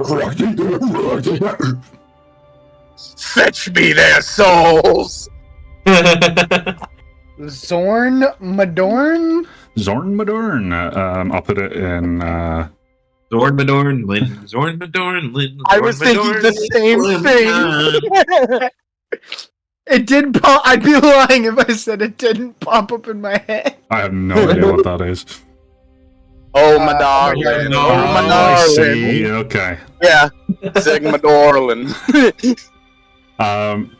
Right, but as this thing is thrown towards you, you are... there is no surprise or anything like that. You can see it transform as it lands directly in front of you. You can see the remnants of its dwarvish figure just draped over it like strips of cloth, as it is ready to attack. So I will allow each of you basically a turn, and we'll do it simultaneous between all of you before the creature goes. I'm immediately casting Bless on everyone. I've still got you as asleep. Let me EP. EP. So EP. A great EP. Okay, so you are casting Bless on everyone. Yeah, and since the High Forge isn't here, I'll just stick with the first level slot. Alrighty. Okay, so confident that these two are fully capable of taking out this fucker. Corda's really not liking that eerie chanting she's hearing, so she'll basically be like, "You take on that ghoulie. I don't like the sounds of them voices." And she's sprinting down this alleyway. 5, 10, 15, 20, 25, 30. Brrr. Wait, wouldn't it make more sense? Bloody hell. Ana's trying to keep you with the group, but it's obvious you're just going. Does anyone want to follow the lone wolf? Yeah, Ana's gonna chase after Corda. Yeah, Corda busts down this door. The hearty kick. Alright. Sorry, you two. I'll try to come back quick. 16 to hit the devil. 16 is a hit. Gonna take 7 bludgeoning damage as I just take my frying pan and smack it across the face. I can Nice. hear the Left 4 Dead 2 sound effect right now. Dum. Yeah, okay. It Go is. ahead. It is bloodied, and then we have frostbite, cold damage. Yep, I need a and- DC 13 con save from it. Oh, okay. If it succeeds, nothing happens. If it fails, it takes 5 cold, and it'll have disadvantage on its next weapon attack. DC 13, it fails. So, sorry, the devil It's fails. like I always. Okay, he is nearly dead, but you said he has. What? Disadvantage on his next attack. Cool. Perfect. All right, so we come over to the other two. As you break into this room, you see a strange man clad in black and red robes. He has a very distinctive chess, like rook symbol on his chest. And Anna will immediately notice your mother's very distinctive locket hanging around his neck. He is frantically chanting and etching something into the stone table in front of him. He seems completely mad. That's a very nice mask you've got there. Are you feeling a bit shy? He completely ignores you. Let me guess. Yeah, Spring cleaning. Sure, it has like a big hump. Like, oh, rude. So what's on the table? What? Even though I recognize the locket, would I recognize I guess like the attire of the figure You from? do. Okay. As the same strange attire that the strangers were wearing in White Bell. Yeah. That's my mother's locket. Your mother's. You bloody bastard! What have you done with her? And she's gonna knock an arrow and get ready to fire. Well, hearing that insult coming out, Corda's also ready to launch that anchor straight into his chest. Okay. I did. I'm going to screenshot it because I accidentally did it private. But we have nat 20. Nat 20? Yeah. For odd tech or for? For Enna. For Enna's attack. Oh, damn, okay. Yeah. Dude, Enna's pissed. So, I'm just imagining it's some Princess Mononoke stuff where your arrow just decapitates him immediately. Oh shit. Right into the neck. yeah. It plunges deep into his neck, and as he collapses to the ground, he gets... he's not dead yet, so I think Corda was going to do something before I continue. Anchor. Yeah. Anchor. That is 10 feet, aye. 10 feet, aye. Yep, so with a chain of the anchor, I'll give the anchor a little bit of a twirl with the chain, and then just picture Scorpion get over here, except fucking massive, and also doesn't pull them over, it just slams them in the chest with an anchor. I just imagine that's got to be a terrible way to die, to have like an iron anchor smashed down on you from above. I feel like You literally have no ribs left. I remember a while ago. I remember Samsonite, who used to talk in this Discord. I remember Samsonite saying that they dropped an anchor on top of their wizard as when they were DMing once. Oh yeah. Yeah. That's a 24. 24 to hit. That's a hit. Yeah, so he's taken 12 bludgeoning damage, full of anchor to the torso. With a bonus action, I wick it back towards me and catch it. Cool. All right. So, both the arrow pierces his neck, and then, like milliseconds later, an anchor bashes him in the chest, and he is thrown backwards. His body crushed beyond repair. He continues his muttering chant as, with his last dying breaths, he still tries to etch whatever he's trying to etch into the floor beneath him before he collapses. Mm-hmm. And he is dead. I feel like half of my kills have had the resulting dead body flung against the wall. You're just that off. I ain't surprised. Also, I am getting ready to go into the dead zones. No worries. You can let us know when you are back, but in the meantime, he's not dead yet.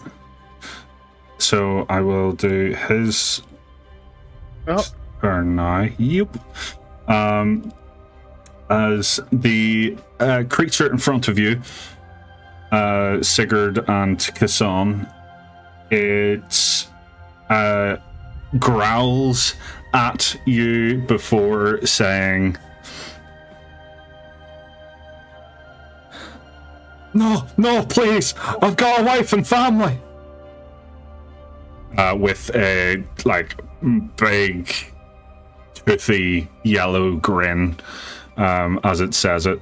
And it attacks... It is going to attack Sigurd with its chained tail, and as it does so, it gets a 23, and You got a 23 with disadvantage? oh, disadvantage, you're right. I mean, I was expecting to get hit. Damn. Exact same roll. Wait, I'm gonna do that again. Is something wrong? No, yeah, it was exact same 23. Alright. And you take 6 damage, so I'm just gonna add that for you. Yeah. Thank you. And the very next thing that happens is you hear screaming in here. In here? Yeah. Let us in! Let us in! It's gonna get us! No! The fuck you! You stole my mother's ring! And you can hear bashing on a door that direction. And we will... Actually, I'm going to make an attack for in there. Okay. Now we can move back to you folks. I'm gonna smack it again. Yeah. That's only a 7. It sees your skeleton coming this time. Blocks it with its tail as it says... yeah, it just says, "Wife and family! Wife and family!" And then snickers with its big yellow teeth. And yeah, you all can keep going. This on? Well, we can skip Kasson for now if because he can. Yeah.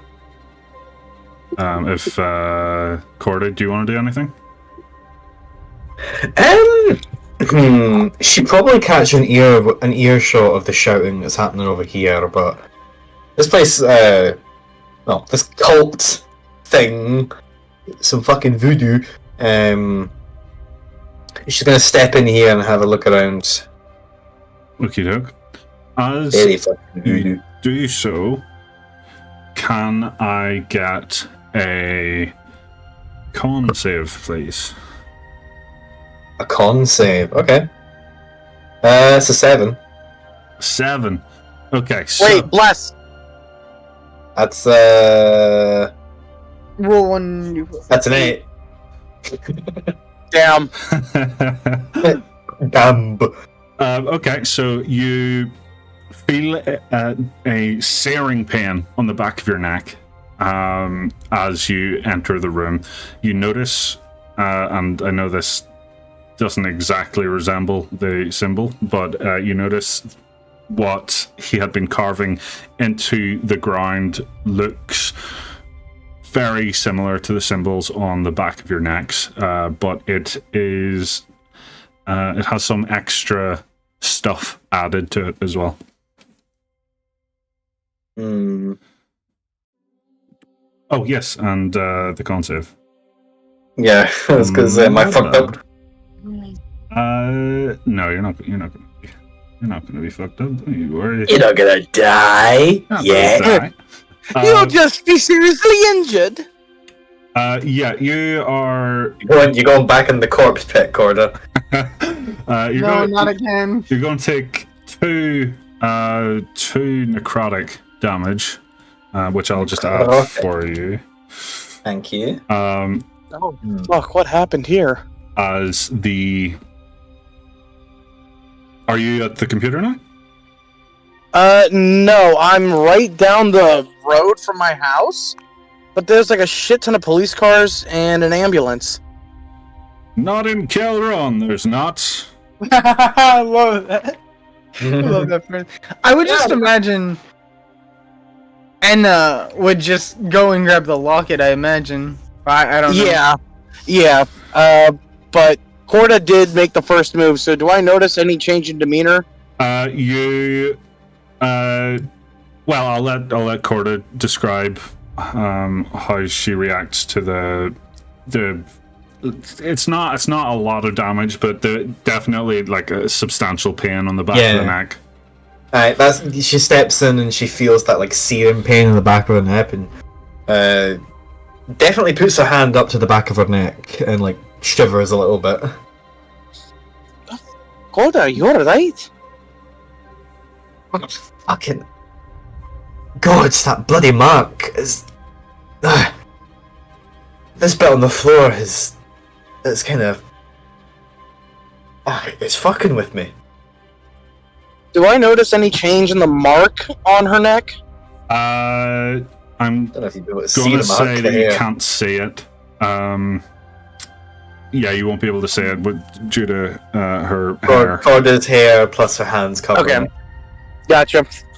Well, out of concern and also wanting my mother's locket back, Anna will step into the room with her. Alrighty, right. So you're going to step into the room, and I will roll your con save for you.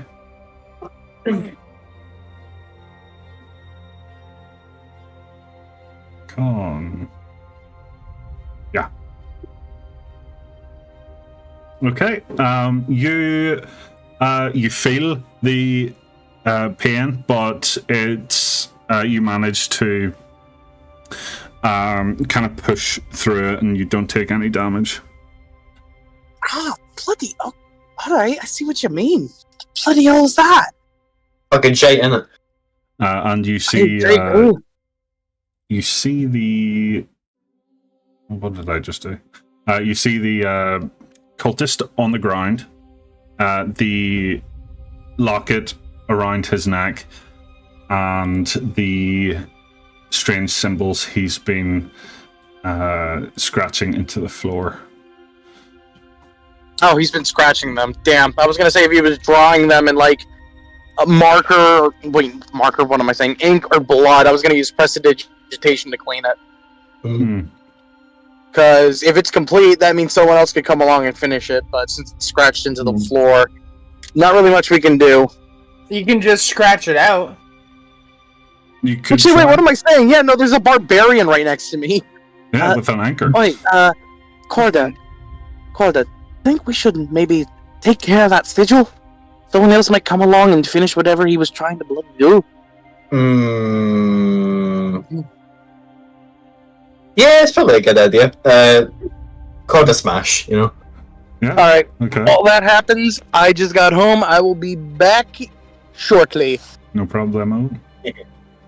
Okay. It doesn't take a lot of effort to destroy this sigil on the ground. You don't even need to roll for that, but it will be your action.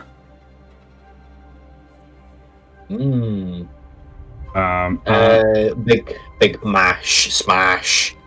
Smash. Smash 11. 11. Yeah, okay. You successfully ruin this man's art project. I don't realize how thick the accent was when I said that until you repeated it. 11. 11. 11? And then Kassan. Where'd you get that for? Did you get it for 7-Eleven? Do we have you, Plains? Yes, in here. Cool. Yep. What would you like to do? The guy in front of me. Sorry, my screen has scrolled up, and I don't know how to scroll down right now. Can you press there we go. tab? Is that... Do you have a tab on a... I do have a tab. Does that center it? I have my character sheet open right now. I'm rolling Frostbite for to try to KO the guy in front of me. I press tab. That seems to have worked, maybe? Cool. Yes, that does work. Cool. So I need a DC 13 again from this devil. Okie doke. That's a con save.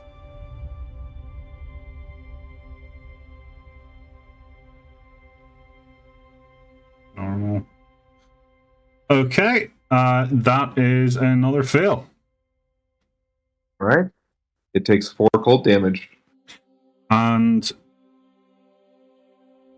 with that, it falls to the ground, wriggling like a dying insect before it completely stops moving.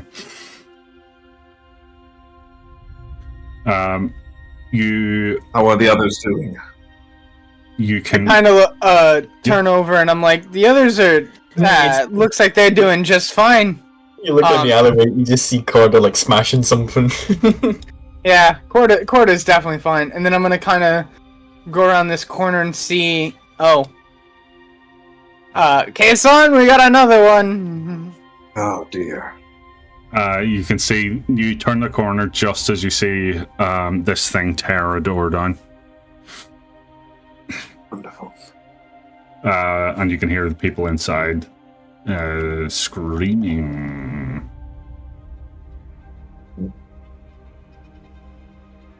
All right, well, and I'm going to start to approach this way. Do I see anybody who has yet to turn into a devil but is clearly infected? No, not at this point. Okay. In that case, Son considers calling forth his archer form, the Summer Rays, but ultimately decides not to, given that he's already burnt one's wild shape today. Alrighty, rude. And I'll pass my turn. Do I still have an action, or did the attack your on action the last one? Oh, okay. I'm gonna walk up and I was thinking I could either skillet him or cleaver him, but I think I'm just gonna skillet him. Skillet him. Skillet. Oh, that's a 20. Alright, okay. I'm also going to I'm gonna expend spell slot to smite as well. Ooh, okay.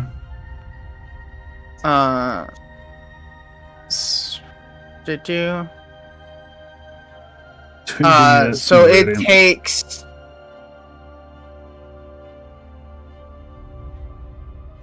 you see what I see, D? Yeah, I do. Yeah. I see 3 ones in a row.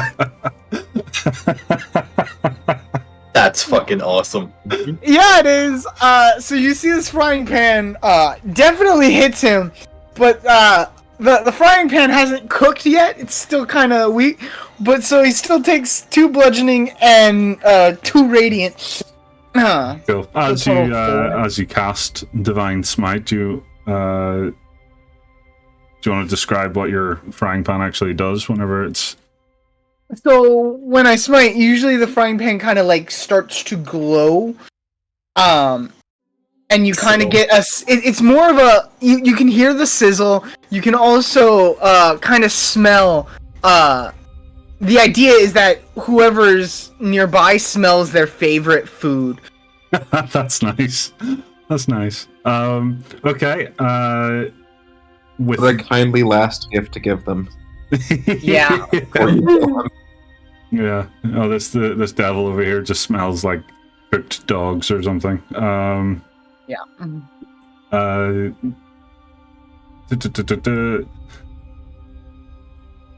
I guess, Kasan, I know you said that you were going to skip your action.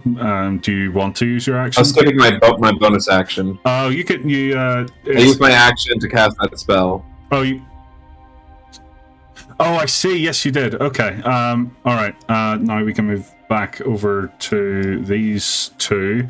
That effect has stopped, and you don't need to roll another con save because you're going to have to do that every turn that you stood in there. So, with that, you can do what you would like to, Corda. Okay, I can make bread with it. Oh, Bread. What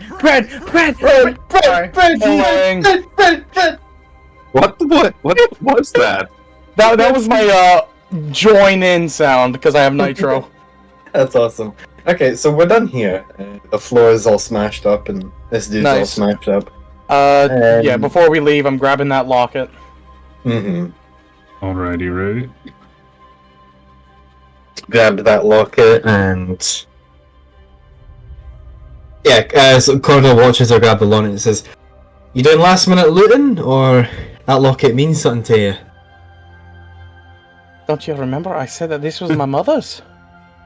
Hi. Everyone who has an intelligence of 8 is showing up today.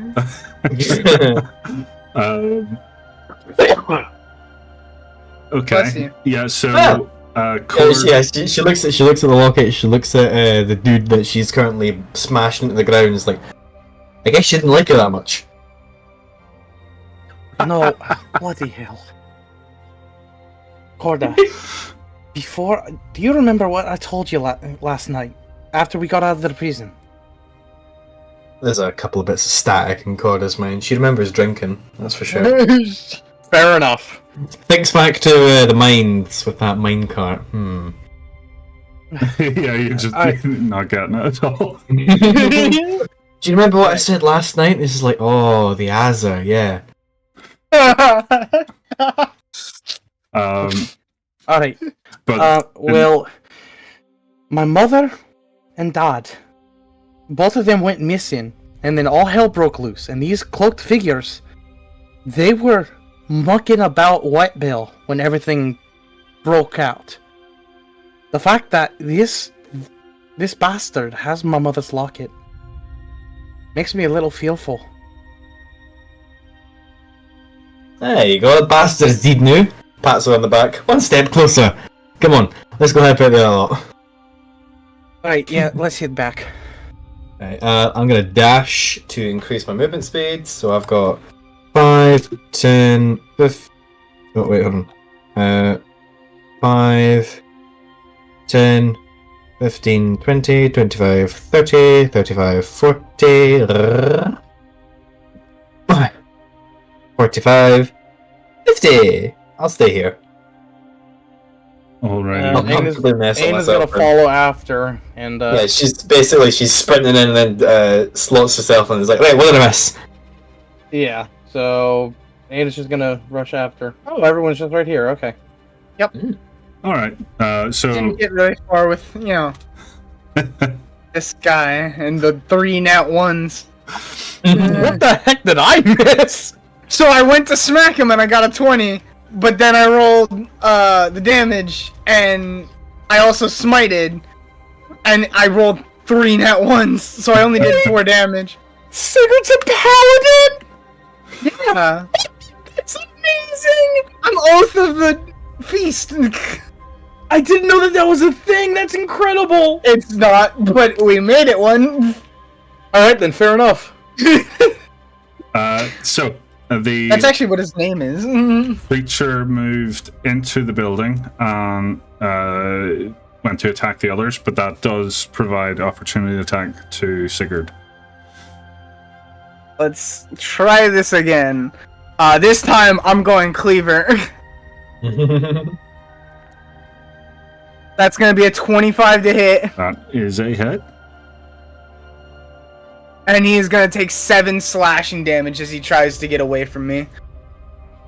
And that puts this guy down before he even manages to fully enter the building. Thanks, Dad. I say as I look down at the Cleaver. Yeah, so he is gone. And you hear panic as some people basically run out. You can hear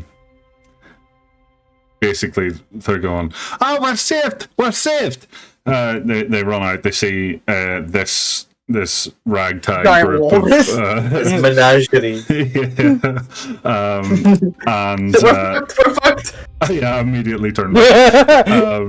No, they run out. They say, "We're saved. We're saved." and you hear a voice coming from inside. It's a female voice, and wait, I can't get out. And these two are just going, well, fuck you for not letting us in.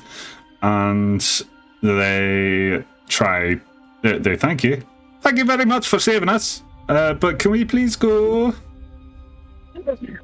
I kind of like look and I point toward the exit. I'm like, go as far close to the upper districts as you can. Will do. As they run away. And I'm gonna attempt to help her. Oh, it did. Yeah. Oh, okay. There we go. Yes. Where did the walrus go? He went In the into building. Oh, okay. Okay, you can roll strength to try and break this door down.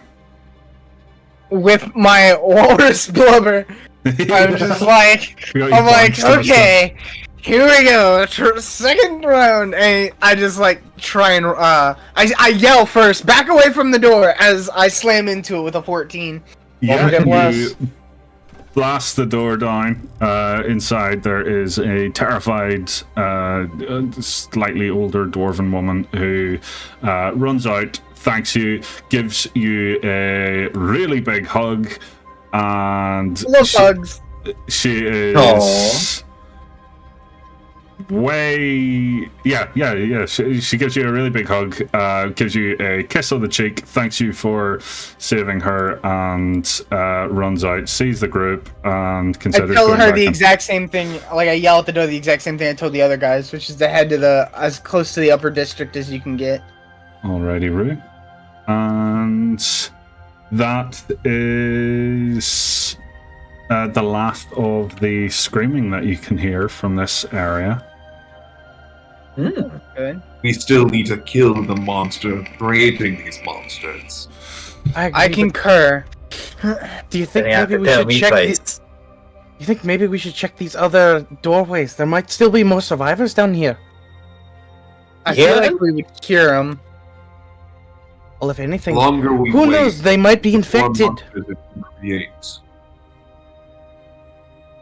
From what we know, what limited knowledge we know, there's no reason to think the lesser demons can spread the sickness. We must cut it off at the source to save the most lives. Let us be off. That's it. Like, this is just, Kassan having a -1 charisma. Do not feel like you have to follow through with what he's saying. Sigurd is immediately gonna like kind of rush around looking. Not that there's much here anyway, but he's kind of just rushing around. Yeah, Anna will join Sigurd and kind of just knocking on the door, seeing if there's anyone else, whether they be civilian or possibly demon. Corda yawns, hoists the anchor over her shoulder, and walks on with Case on. Alrighty, Rue. As Sigurd and Anna explore, Sigurd, do you go into this room? No, because I know that they already went into that room. Fair enough. Checking the other rooms, you see that for the most part they appear to be empty. You do see, unfortunately, some people that did not make it, but for the most part, corpses, just completely right? empty. Yes. Okay, then nothing to worry about. I'm gonna like kind of stay outside, but I'm also gonna wait for Enna. I don't want to. I can't leave walk her through this stuff. door. Oh, you Yeah, want to go the in? doors are weird. They're like between squares. I think that's the issue. Yeah. Why are there two of me on my end? Hold on, I gotta refresh. Yeah. Goody.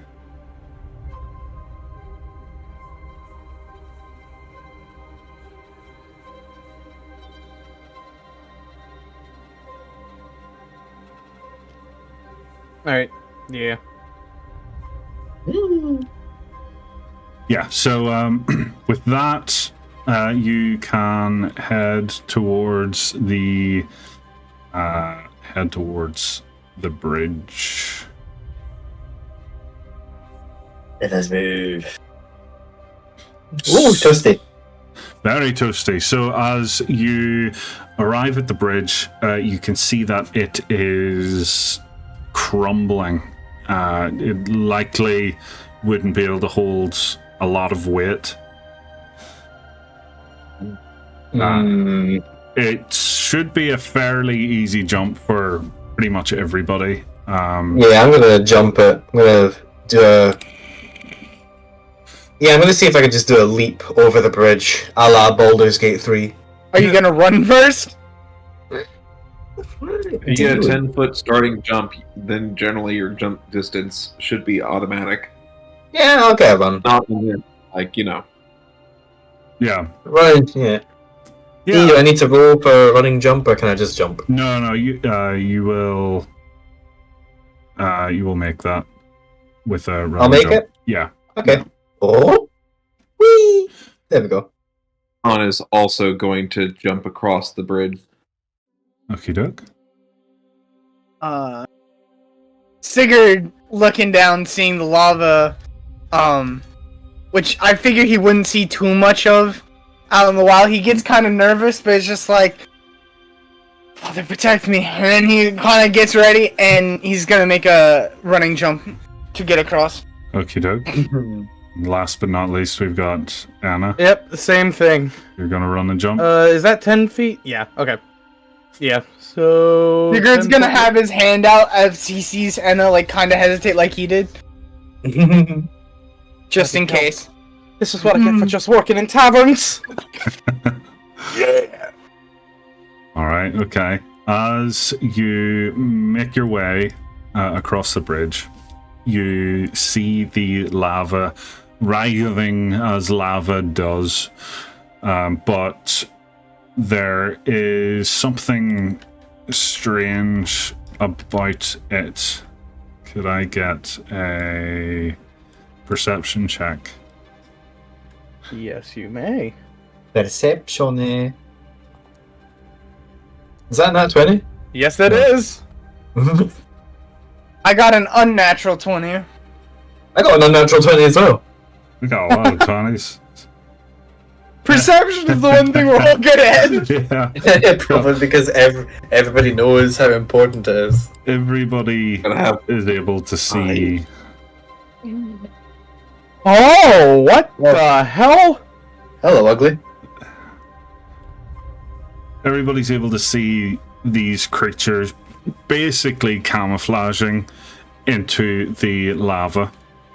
They are quite well hidden, but because the lava is so like open in this area, you can see their shapes just kind of like floating in the middle. It's just because of the amount of empty space around them, it makes it a fair bit more obvious too. And you can see this one reaching up to attempt to climb up onto the bridge.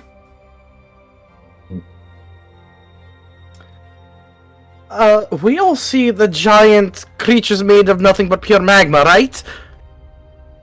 I think we should hurry up and get out of here. I could not agree more. You have an indication of which way he's going to go after he gets up on the bridge? He's looking at you, and Alright, let's go. Let's leave. as you think that he's made of molten lava, as the lava slowly like drips off of his body, you see instead that it is a mound of A molten mound. melting flesh. I will get a religion check from both Sigurd and Kassan for this. I think molten mound is a cooler name. Oh boy. Not zero, okay. Not zero. Looks at that and he's like, I think it's Tiamat, you know? 17. Okay, so Kassan, you are aware that these things are at least very similar to something that you've read about in your quest to understand yourself. It is a lemure, a creature born from the souls of the damned, transformed into these hideous creatures doomed to suffer forever. They are usually and almost exclusively found in the hells. And also they are big, sludgy, heavy, ugly fuckers, and aren't particularly dangerous, but also would easily kill a commoner. As this one climbs up onto the bridge, the sheer weight of the creature causes the bridge to collapse under its weight. And the bridge rumbles in this very particular area. Oh, little close. Little close. Still solid. Like that. Oh, damn. Oh, my eyes! Literally got flashbanged. I'm good. I'm not gonna stare at it much longer, but I'm good. It's not much Bro, better is- than the lava. yeah. Bro had his night vision on when the 500 kilogram went off. Uh-huh. Alright, okay, so yes, you can enter the Sigurd the cave now. is terrified of that. He's just gonna look away on his zero. I just imagine him seeing that and he's like, magma people. Magma people. Correct me if I'm wrong, D, but it has probably been more than a minute, right? Yes. Is that how Okay. long your blast lasts? Yeah, bless lasts for a minute. Okie doke, I will. So I already do stopped that. concentration. We just need to Shut get up! I'm not out here trying to cheese. I mean, to be fair, I think it's, I think, thematically speaking, like, obviously now it's, like, worn off, but thematically speaking, I think it's cooler if it just kind of lasts, like, an undetermined amount of time. Like, because, I mean, I That would don't be know, handy. I mean, not infinite, but, like, when you don't, like, technically a turn is 6 seconds, but if you're not doing everything on turns and you're kind of free flow state, it's better to have it up, I think, than it is to have it off. Yeah. Well, I mean, that's kind of how we were doing it there anyway. Yeah. Yeah. Plus, chances are we're probably going into another combat, so I would probably have to recast it anyways. Very likely, as this thing climbs out of the pool of lava behind you. You can, as you head further into the cave, you see a tiny moat of lava in front of you. It is in a very narrow passage and does not look like it would be very easy to jump through without, like, possibly colliding with one of the walls and falling into the lava. Does anyone know how to spider climb? Bollocks. I kinda, Not particularly. I may Sigurd's have looking at Corda. something else. Hmm. Would the... How stable does that? How stable do the walls look? Very. Oh. I'd like to try and maybe bash some of the walls so that rocks fall on the lava, like big rocks. I'm gonna You could certainly try. Roll me strength. Let's see. kind of try and get in Who's that? between this thing and Enna. Oh wait, wrong thing. That's not strength. That's my anchor. This is strength. I would be using the anchor though, wouldn't I? Yeah. Yeah. You. Hit Will we the add a wall. plus? Will we add a +2 to that because of the anchor, or I mean, at an 11, you're still going to get Yeah. the same result here. So, Okay. as you swing your anchor into the wall, you can feel the metal of the anchor reverberate down through into your arms and through your body as you just like hit an immovable object, essentially. This is a new experience for me. Yeah, you just slowly vibrate for a moment. In the meantime, we have Sigurd and Enna are essentially blocking this lemure from approaching. Can I say hello to it, Inferno? You can. Let me check. Grumble incarnate. While Sigurd does that, Anna wants to kind of half turn back towards Kassan and say, Kassan, you're a wee bit more familiar with things like this. Are these things particularly hostile? With your 17, you understand that they were evil enough to be put down here in the first place, and now they are tortured as well. So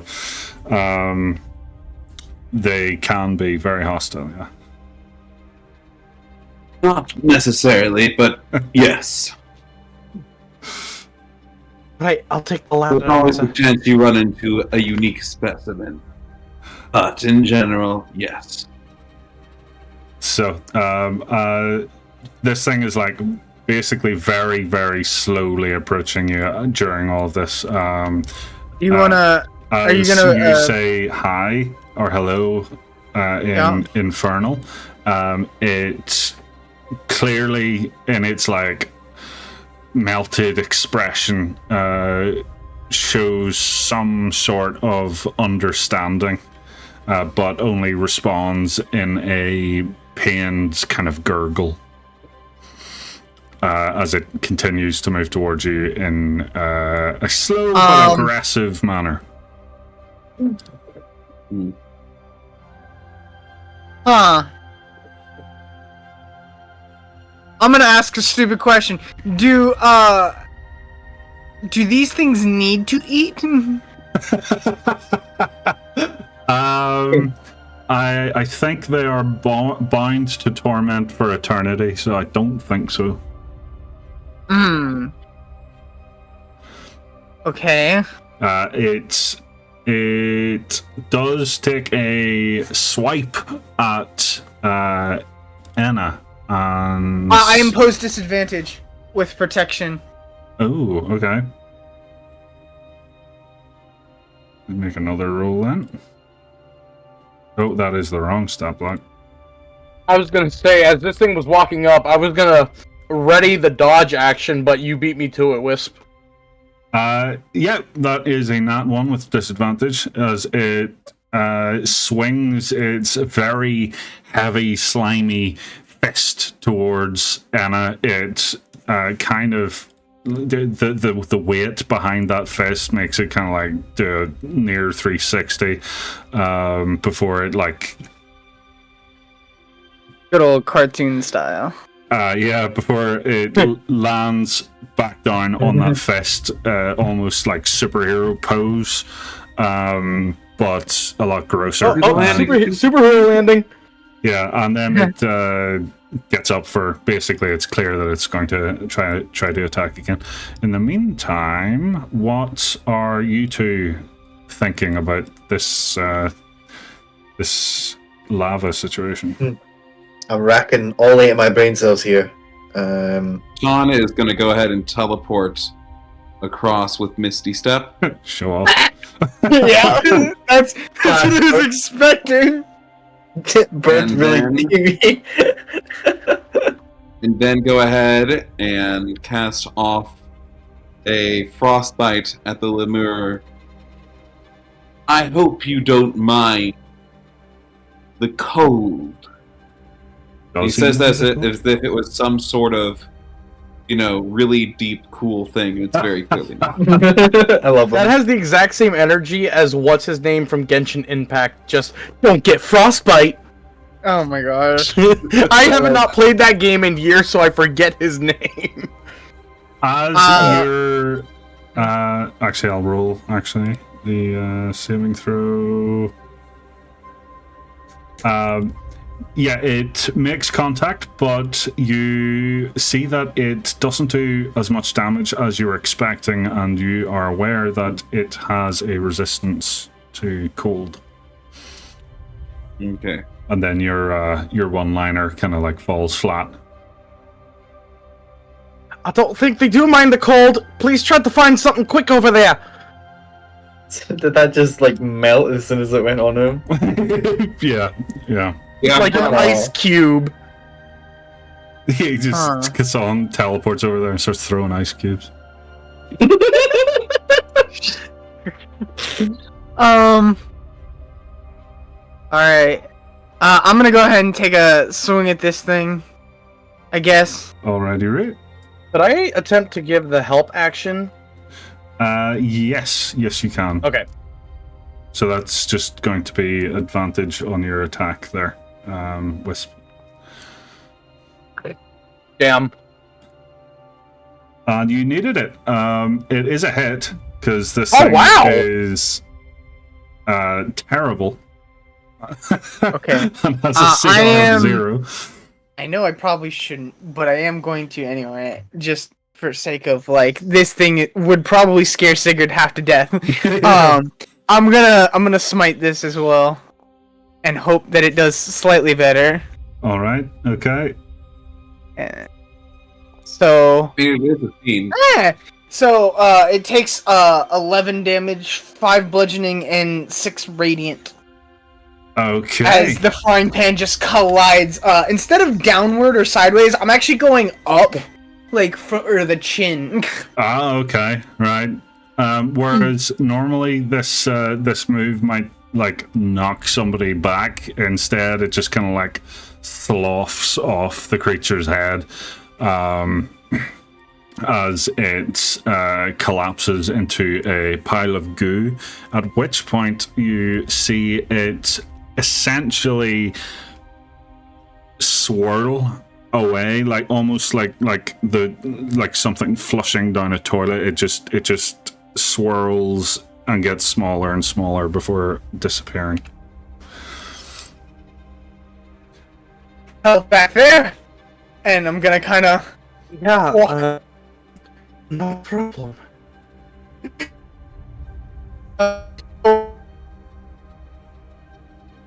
Oh, are we having the 8 o'clock stuff? We will pause for a moment. This stream was made possible thanks to my amazing Patreon supporters, so thank you all so much for your support, and a great big thanks to the Dastardly DMs, Whimsical Wisp, and Moxie the Demon.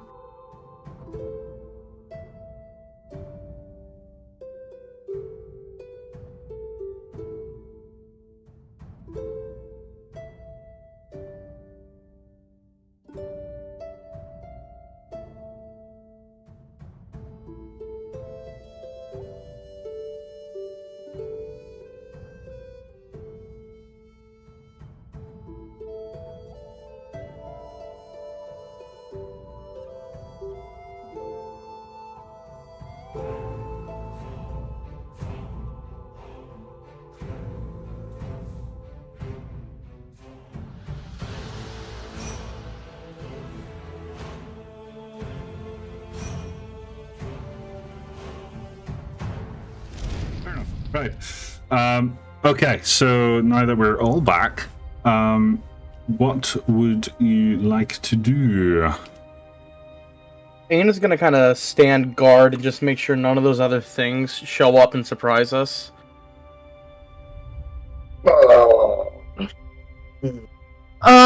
Looking at this,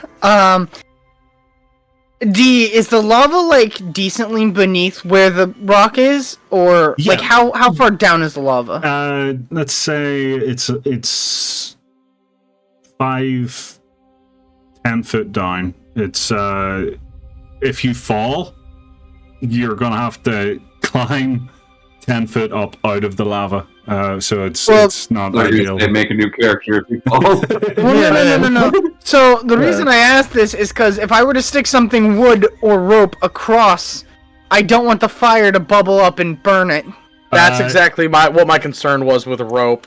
Okay. Right, that's why I was asking how far down it was. There's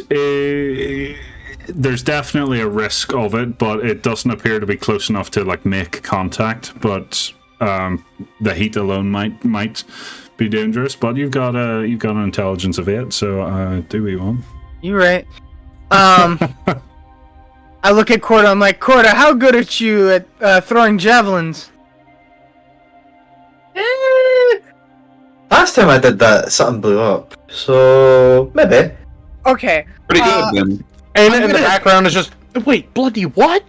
Okay, so I'm gonna take my rope of mending and tie it around my pole of collapsing, and I'm gonna hold the pole. How long is this thing? 10 foot. I can also go down to 1 foot, but I guess kind of. Oh, I guess I could have used it as a vault instead, but lava, so no. But I'm gonna kind of like hand it to Corda with the rope tied around it, and I'm holding the other end, and I'm like, throw it over to Kason, and we'll pin it into the ground. Alright. I'll do a javelin attack All right. to get it over. Okay. Javelin. Whoosh. 11. Yeah. You get it through the space easy enough.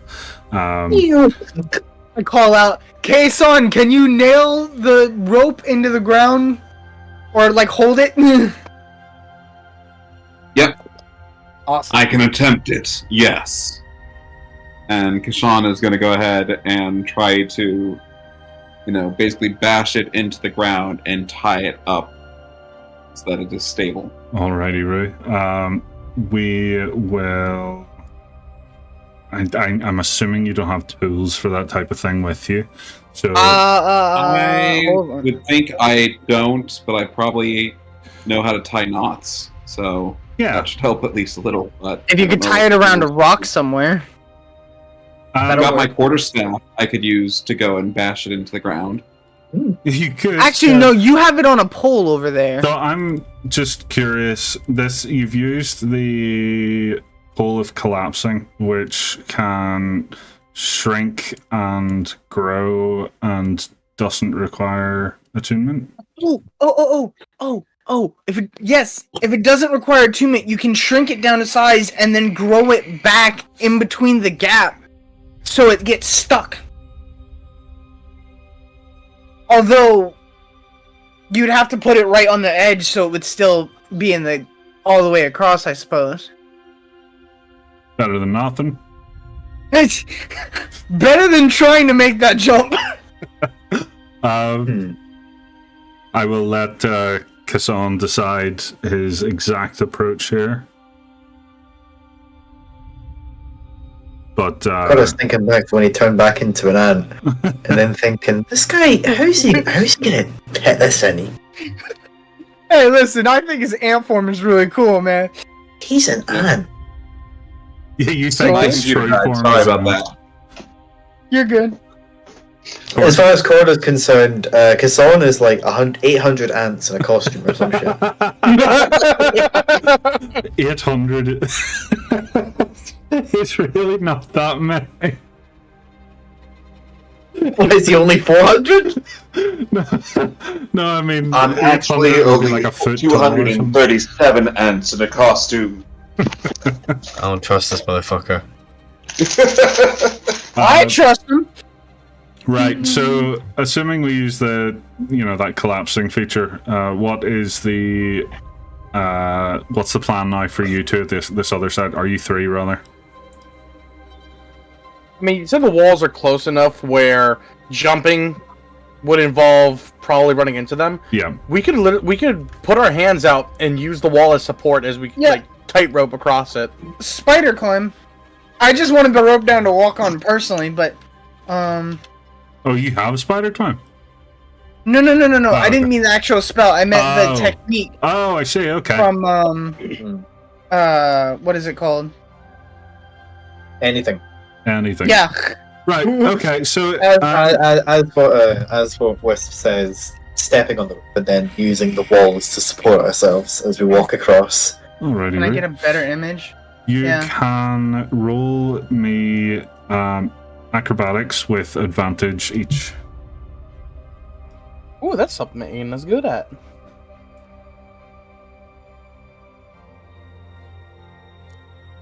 I needed that advantage. Acrobatics or athletic? Acrobatics. Acrobatics. Okay. You are attempting to tightrope walk. Hey, it works Hey. for me. All right.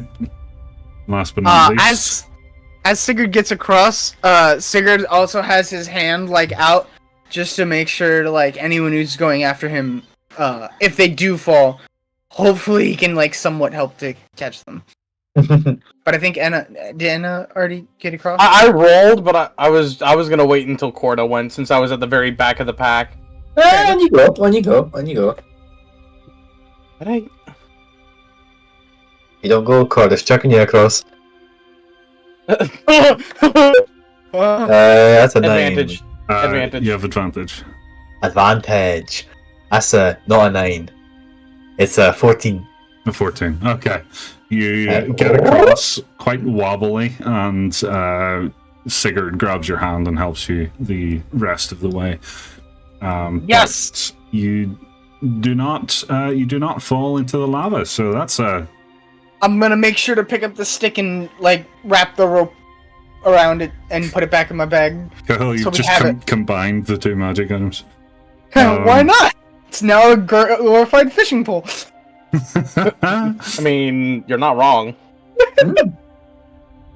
All right. Okay. So as you continue, you see that there are more lemurs about. They are very slow and very sluggish, and so long as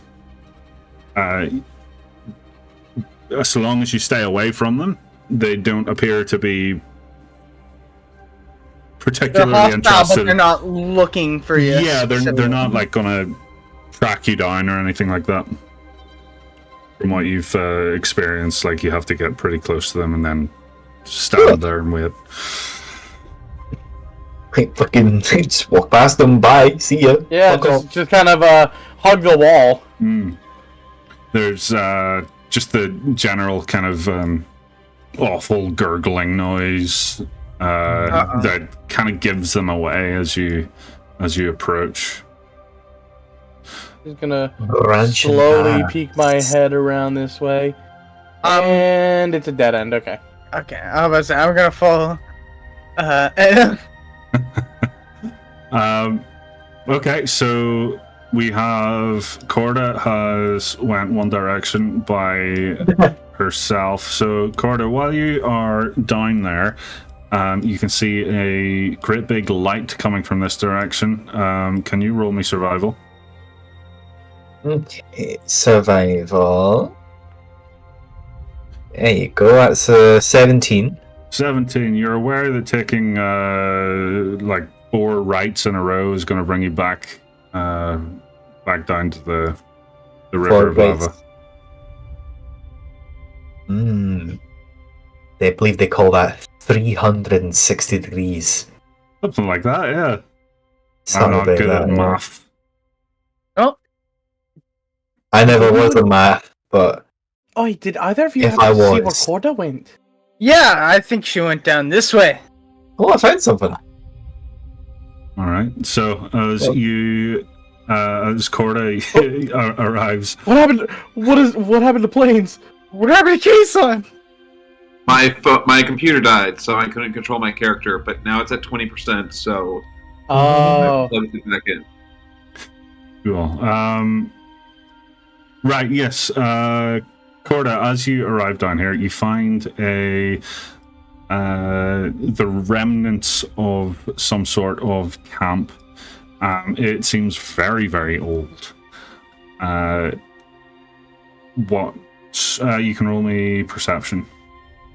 Yeah, let's see. What's the This is with lava. 9. A 9. Okay. You, as you get down here, you see a backpack over here, and peeking at its contents, you find 60 gold. 60? Yes. Fucking hell, not bad. Corda audibly says.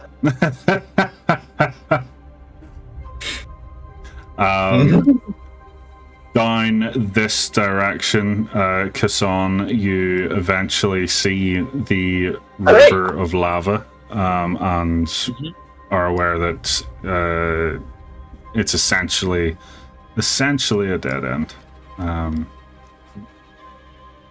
Is this a cliff face where we are right here? Yeah, it's a small one though. Oh, okay. If it is, it ain't doing shit. Corda just like hops off the wheel edge, like, didn't find none. Alright, so I found the way out. I'm gonna call back toward everyone else. Right, it's the way out. But is it the way to whatever that thing was? I mean, I don't see another way it could have gone. I'm open. Who has the best survival? I have a +3. I also have a +3. I've only got a +2. Sean has a minimum of +3. I think it's higher than that. Nope, it's just +3. Okay, so we got 3 people with a +3. It makes sense. You all have been out adventuring. Well, yeah, I'm also proficient. That specifically. Yeah. So those of you with a proficiency in it, you can roll me survival then. Okay. Oh, 22. Okay. I got a what was that? 18? 18. John's not proficient. He's just naturally that good. Ah. He's not proficient. He's just that good. Okay, so you are able to see the kind of tufts of this creature's feathers in like certain parts of the walls, and you're able to see dents in the floor where it's walked, and for the most part you're able to track its exact movements. So you'll be able to find your way through the cave fairly easily, but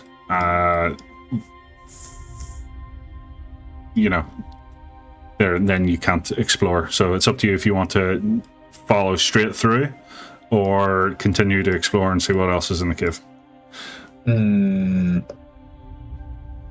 Well, I've not been up that way, but I'm assuming you've all done that bit, eh?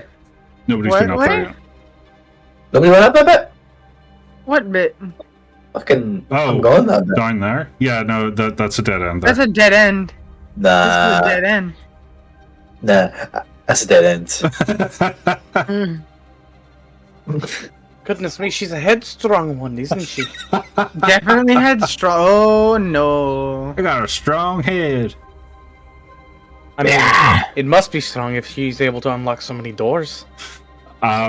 Okay, so Sigurd, turning this corner, you see some strange plants or fungi. You maybe aren't sure which it is, but because you're the first one to come across it, I will get you to roll me a nature check. Alright. Natural 0. All right. Okay, they seem they seem fairly harmless. You don't know what they are, but I don't know. They might be good eating. Sigurd's like, Sigurd is gonna kind of take his cleaver, and even though he like, I feel like, at least not for his intelligence, but for his wisdom, he's thinking like, we're in a lava den, so I need to be slightly careful. So he's got his like He's got his pan in one hand. He's got his cleaver in the other. He's trying to cut it at the root as carefully as possible. Okay, all right. So as you do so, roll me a con save. What save? Con. Con save. On. Not ability check. Save.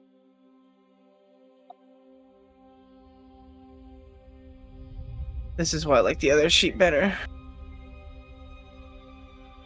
There we go.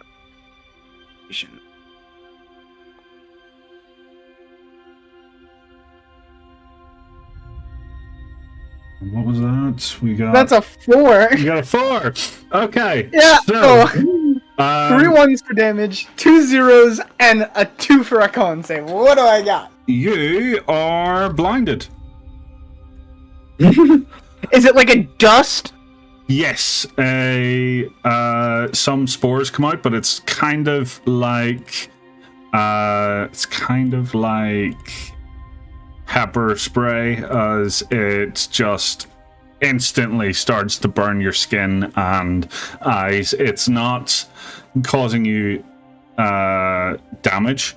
It definitely stings, and you are blinded for the time being. As I'm blinded, I imagine Sigurd is still. Would I still be able to feel that I'm holding on to the plant? Yes.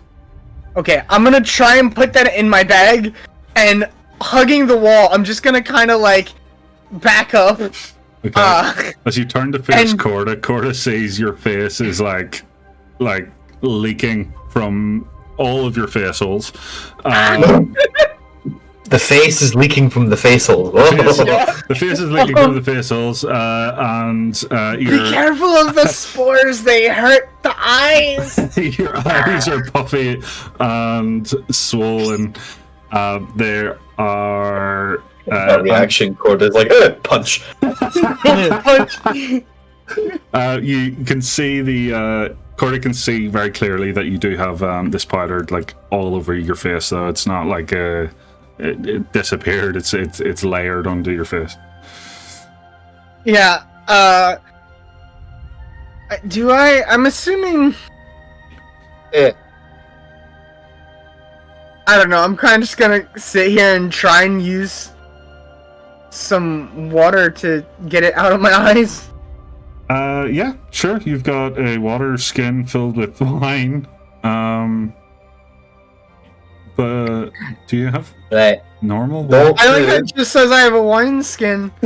I don't even. It doesn't even say I have a water skin, which is weird. That's not what I wanted. you just see. Wipes him off with a backpack. You just see Sigurd pouring wine on his face. Thinking it's water. Connor's like, don't move, and she pulls out the alchemist fire. Like, I'm gonna wipe it off. But yes, Sigurd, you managed to get it off of your face, and you are left with a peachy red complexion, or a very dark red complexion, rather. Okay. Beautiful.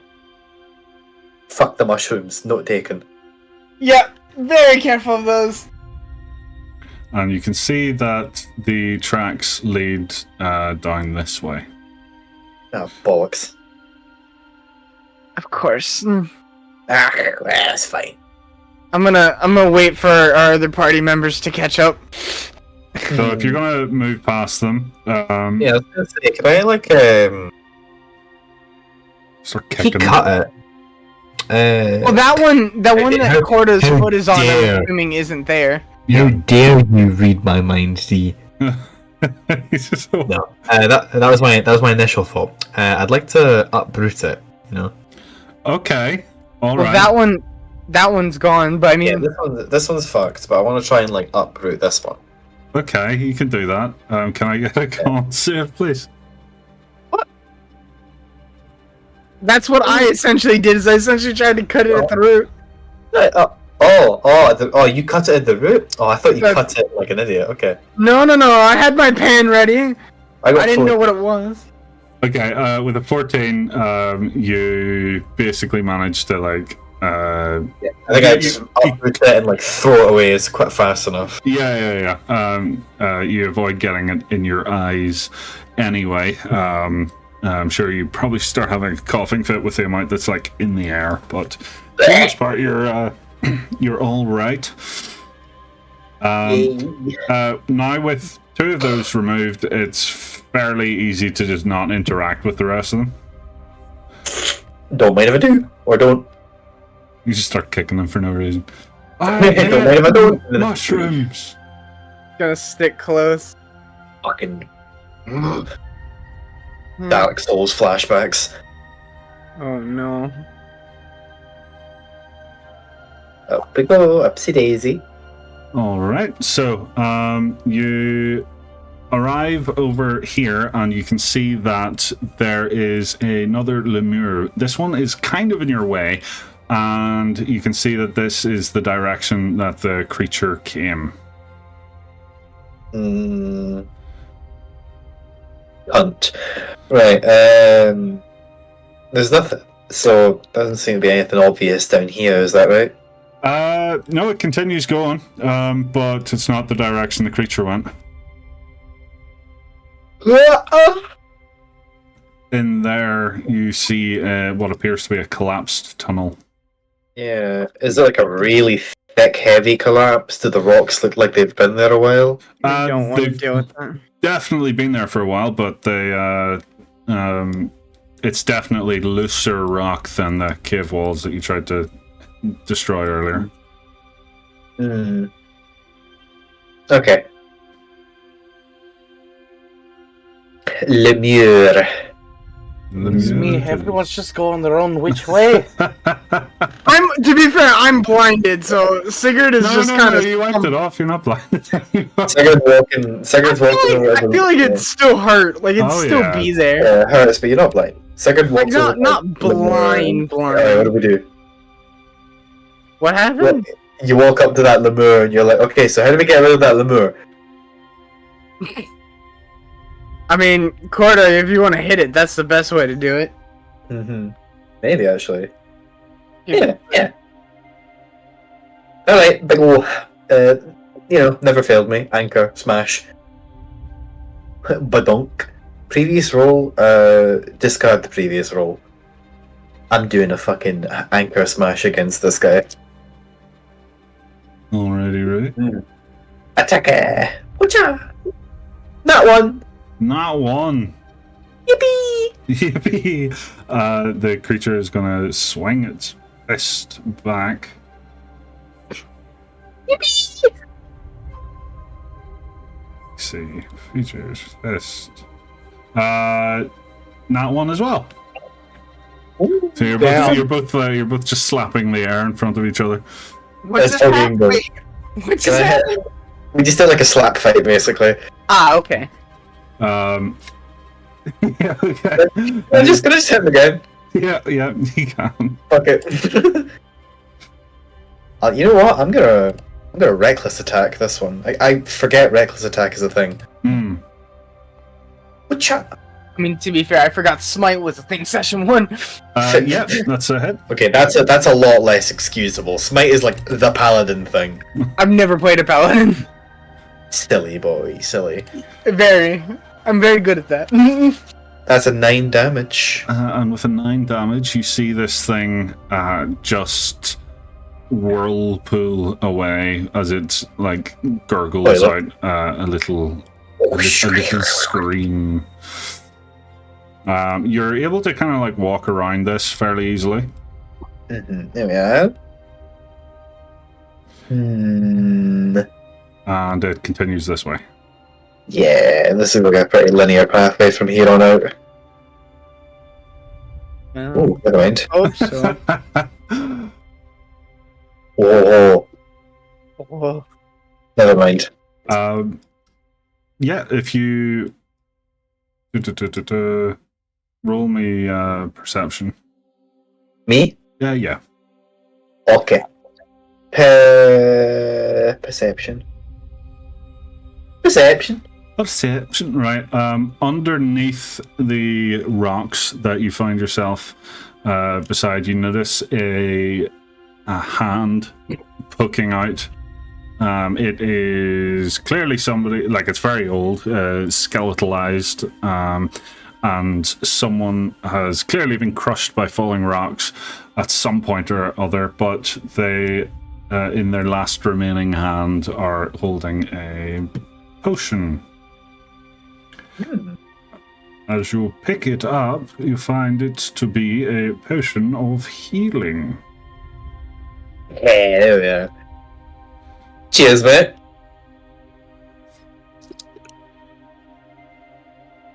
Cheers for that. Sorry about the being dead thing, I guess. As you as you take the potion, the hand almost appears to like try and like clasp back to get the potion, but falls limp. Give him a thumbs up. Hey. Sorry, but it will take more than a potion of healing to undo the damage dealt to you. Wasting resources, you understand. Sounds so lovely. The hand just looks deflated now. Yeah, now he's really dead. Good job, Kasson. Made him sad.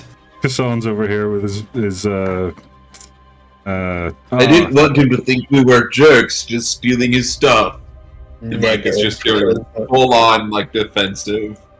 I kind of put a hand on Kasson's shoulder. I'm like, don't worry, Kasson, it's okay. It's okay. He's already dead. So, arriving into the That's what happened to him. cavern, the next room. I know. The hell. I love that name! Oh, this is a hell. What did you think it was? The word hellhole. I don't know, it could have been a spa. So, pulling through into the next room, you see a literal hellhole. You see a portal surrounded by a moat of lava, or perhaps coming out of the lava itself. At the other side of the hellhole, the portal, you see Zormodon. You see this big fucker. Barlgura, who stands at the other side. He speaks in Infernal, which a couple of you can understand, as he says,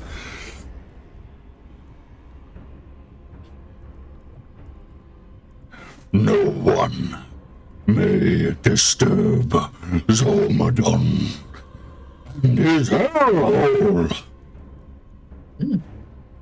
As Kasson, do you still have your Detect Evil and Good active? Has it been more than 10 minutes? It's been more than 10 minutes, yes. Okay, the spell has faded, I believe. Okay.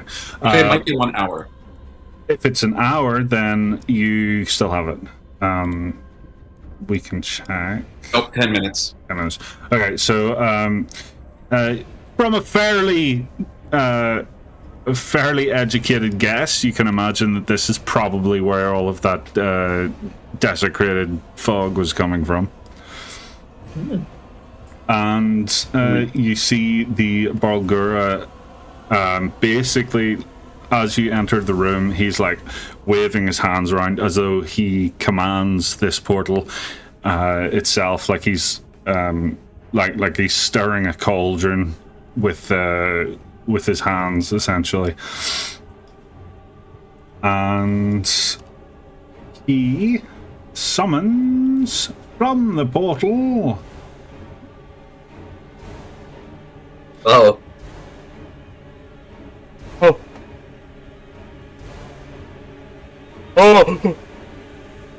Some of these guys, although this time they are not coming out of people, they are coming out of the portal as black smoke that then materializes as these creatures. And with that, we will...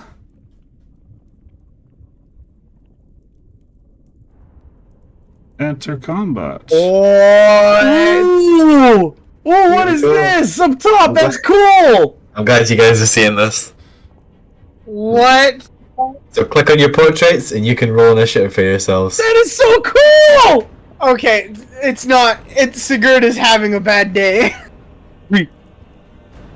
14.12, what? I got a nat 1. It's, the points... The decimal is using your dex, so if you get the same number as somebody else, then your dex puts you in front. Okay. Gotcha. This is initiative tracker, motherfucker. Alrighty, right. Okay, so first up, we have this guy who is going to make his way over here, and it's clear that Zormadon is concentrating on this portal. He is still very much stirring the pot, as it were. It's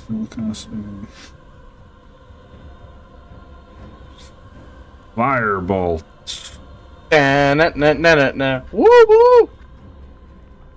Target. Roll. That is a 14. Does that hit Corda? If it meets it, it beats it. Alright, so you take 5 damage, and I'm just going to add that. Alright, next on in the initiative, do you know what? Let's just move all of these guys to his firebolt towards Sigurd. What? That is a miss, because that's 5, and next we have this guy who's going to come to here and roll his firebolt.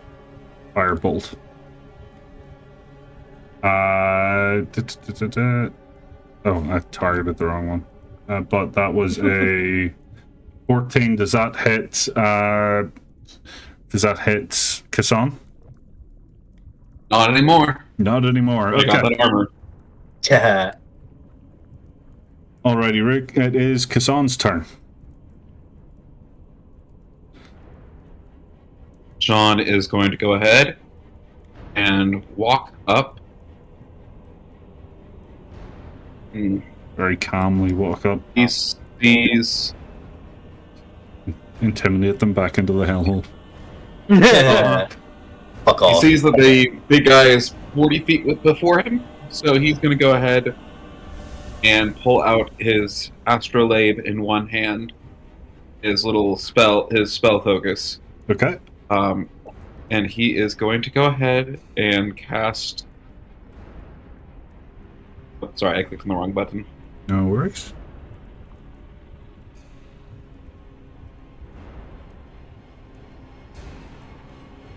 He's going to go ahead and drop a moonbeam on this guy.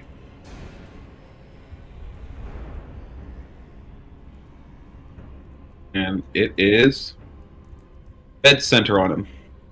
All right. Okay. So,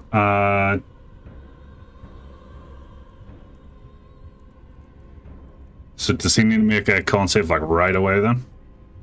I don't recall exactly how it works. Sorry, it's been a while since I've used this particular spell. You're all right. When a creature enters the spell for the first time or starts its turn there. Okay. Okay. So it won't trigger until his turn. Okay. And at which point? He would take 10 if he fails. Okay. Yes. And then Kashan is going to go ahead and call forth his archer form, the Rays of Summer.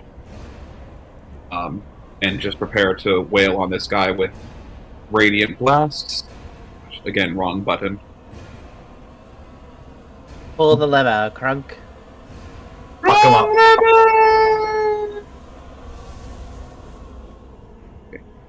Sorry, form archer.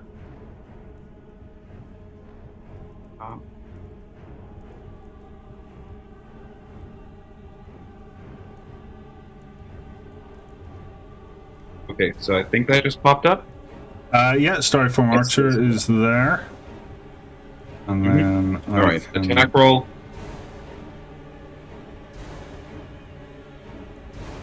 Oh, nice. Okay, that hits. Yeah.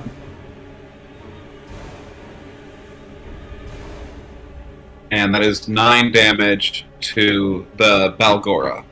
Awesome. Okay. And... Yep.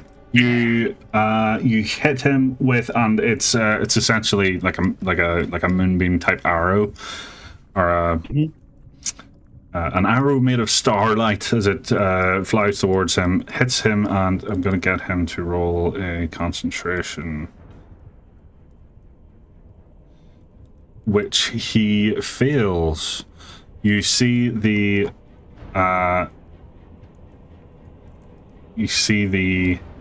hellhole shrink in size as he lets out a mighty roar and shouts, You dare disturb my work? is that your whole turn? You already have 4 minions here. 5 against 4 is hardly sporting odds. Since when do devils play fair?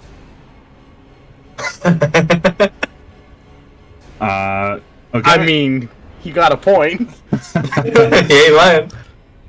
Alright, okay. Love him or hate him, he do be spitting facts. He do be spitting facts. Doing indubitably. We got this over here. Uh-oh. That is a 6. So that is a miss, and then we go over to Corda. Okay, right. Let's rush over here. And with this heat's been annoying Corda this entire time. It's really been getting on her. And seeing this fucker summon a giant vortex pool of fire, just adding more heat onto that, I think that's making Corda a little bit angry, you know? Mm-hmm. A little bit of rage as the Whoa, giant big power lady. swells through her, increasing her size up to 10 feet. 11 feet, Oh. technically. It's a muscle mommy. Quite literally. Wait, the sound! No, don't. I can't find it! So, with this, I'm gonna ask D, can I... Shut up. D, can I slam the ground between these guys to create like a... With the anchor, slam the ground here to hopefully hit both of them with a shockwave of rocks and shit. You can, and instead of an attack roll, it will be a saving throw. Ah, okay. What would you like me to roll for damage? You can... Ooh, good question. What is your... Is it a D12 that you roll? For the your anchor, hammer? the anchor is a reskinned maul, so it is 2d6 plus my strength. Okay, So and it's then 2d6 plus 3. and then what's your rage add? Oh, plus 2. So that would be 2d6 plus 5 then. Okay, right. You can roll. You can roll me. Yeah, I'll roll the exactly anchor. that. Exactly Yeah, that. Yeah. I'll roll the anchor attack. We'll just pretend like blah blah blah blah blah whatever. Ignore that attack roll. We're gonna roll the damage. That's 13 bludgeoning damage on a fail, you want to do half that on a success? We'll do 6. Yeah, that sounds okay. So that is going to be. Oh, what would the DC be? The DC, we will make it. Okay, let's make it your attack roll just to make it easier to Yeah, figure sure. out. So that is one of them failed and the other one failed. So they're both going to take the 13 damage, which is enough to knock this guy down to the ground. This one is barely holding on. It's all bloodied. Yeah, Corda lets out like a roar, and then that's her turn. All right, okay. Over to the Barlgura over here. He stamps his hands down on the ground like a gorilla before, let's see. He is going to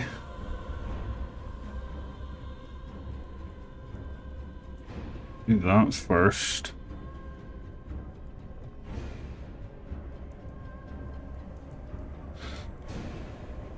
So it's got a 40-foot jump.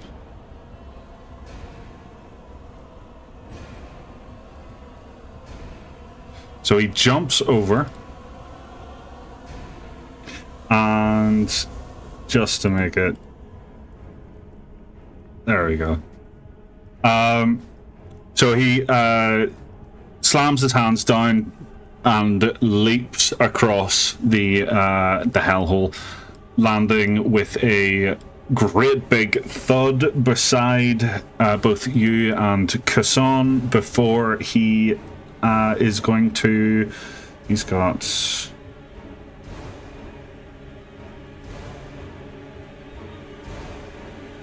Okay, Do we take the damage from the moonbeam? Oh yes, good question. So it is for him a.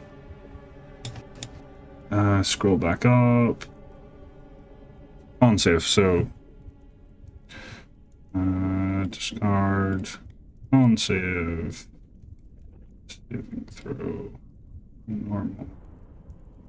12, which I think is a fail. So yes, he takes that. I think it was 10 damage, so we'll add that. Yep. And then he takes 2 swings down at the big doggo. The first one is a 14. The second one is an 18. So I think both hit. If it's above, if it's 14 or above, it hits. All right, and you are going to take 20 damage. Ooh, is that after halving it? What damage type is it, rather? Oh, it's bludgeoning, so it's 10 damage. Bludgeoning to 10 damage. Okay. Phew. I forgot that your rage did that. That is his whole turn. We'll move over to Enna now. All right. Question with bless, because it says of my choice, up to 3 creatures. Would that include me as well, or no? Yeah. Yeah, you can be one of the 3. Okay. Well, I'm not DM. Shit, that wasn't the DM that answered. Shit, I'm sorry, that was instinct. D, would that include the... Yes. Okay. Well, in that case, I am going to go ahead and upcast Bless, so that all 4 of us are under its effects. How do I add their effects? Is there a way to do that? I will do it for you now. Okay. So, there you go. All right. Oh, excuse me. Excuse me. I see a radioactive giant dog woman. That there's no other way to put that. I mean, you're not wrong. Ugh. And,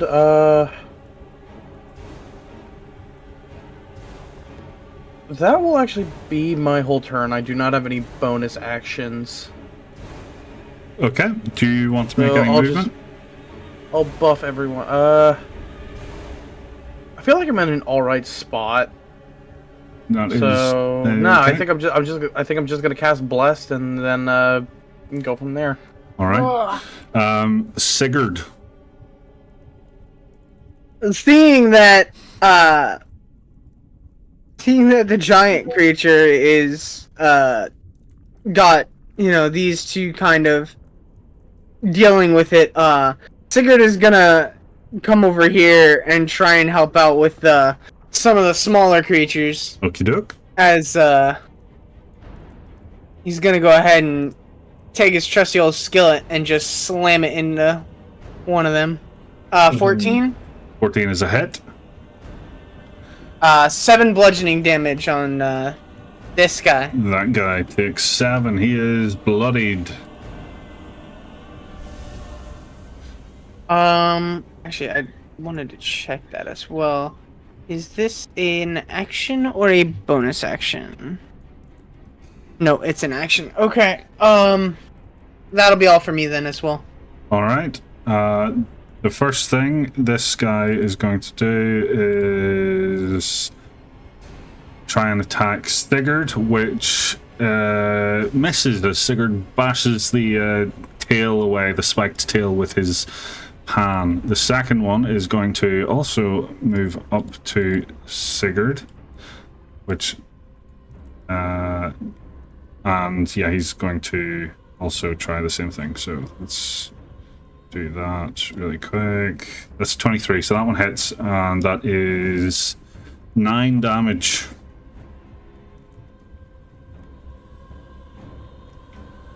And you're not concentrating on anything, so you're good. And then we will move forward to Kassan. Okay. On's turn. Yep. I'm gonna go ahead and, with my action, move my moonbeam such that it hits both the big guy and the little guy standing next to him. So that when their turns start, they will be taking damage from moonbeam. Ooh, smart. Then I am going to go ahead and take a step back, triggering opportunity attacks from the big guy and from the little guy next to him, unfortunately. Oh, okay. All right. So, that is a hit from the small guy. Was it a crit? No. Alright, I'm going to go ahead and cast Shield and attempt to negate it by raising my AC from 18 to 23 for the turn. Okay, that successfully blocks that one, and then the big guy rolls, and you successfully block him as well. Both of them were 20 and 21, so your shield came in handy. Nice. Yeah. And then bonus action, I'm going to go ahead and shoot off another ray of sunshine at the big guy. Ooh, okay. I got I'm just a scrolling pocket up full to of find it sunshine. again. Beautiful ray of sunshine. Alrighty.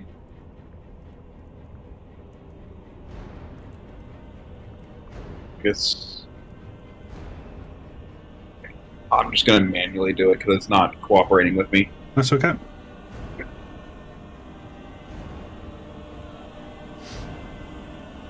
$13 does not hit. Don't forget the 1d4. Alrighty. Oh, 1d4. True. As long as you don't get a 1. Okay. The AC of 15 is what I'm hearing. No, I didn't say that. You successfully hit him then, so you can roll your damage.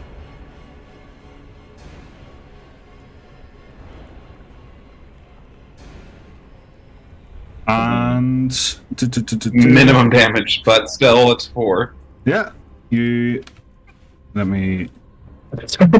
I don't know who did that, but that was a missed opportunity earlier when I rolled 3 ones. That was me. I couldn't do it because I wasn't at my computer, nor was I here.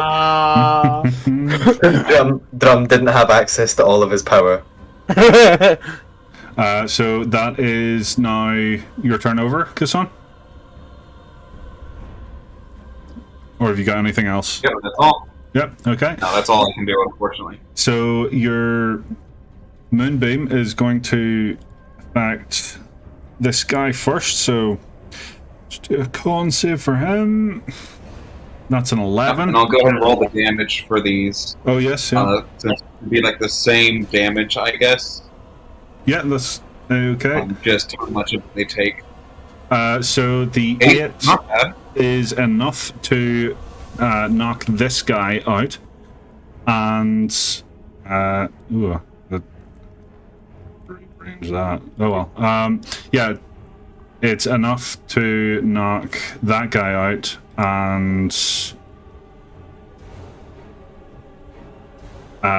then he doesn't get a turn. So then we move forward to Corda. Right, okay. Let's just hit him with a good old anchor strike. And let's see if it hits. Obviously targeting the big boy. Yes, not Kazan. So, anchor. I could hit Kassan, that's a 22. I wonder if it hits. That does hit, yes. Right, so she winds the anchor back, basically slamming it on the ground behind her, scraping it against the harsh stone, and bringing it to the monkey-looking thing's face as an uppercut anchor strike. The monkey! Monkey! Alright, okay. He is officially bloodied. Oh, nice. As you bring the anchor up and smack him on his chin, it will knock him back just slightly. Yeah. For bonus action, I will be using the shifter feature, Beast Hide, to get a few temporary hit points. More. Oh, I'm stupid. I always forget. Okay, yeah, we're shifting.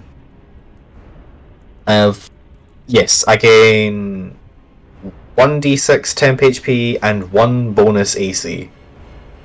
I feel like I misread it the last time I used it in our solo session. Well, it doesn't matter now.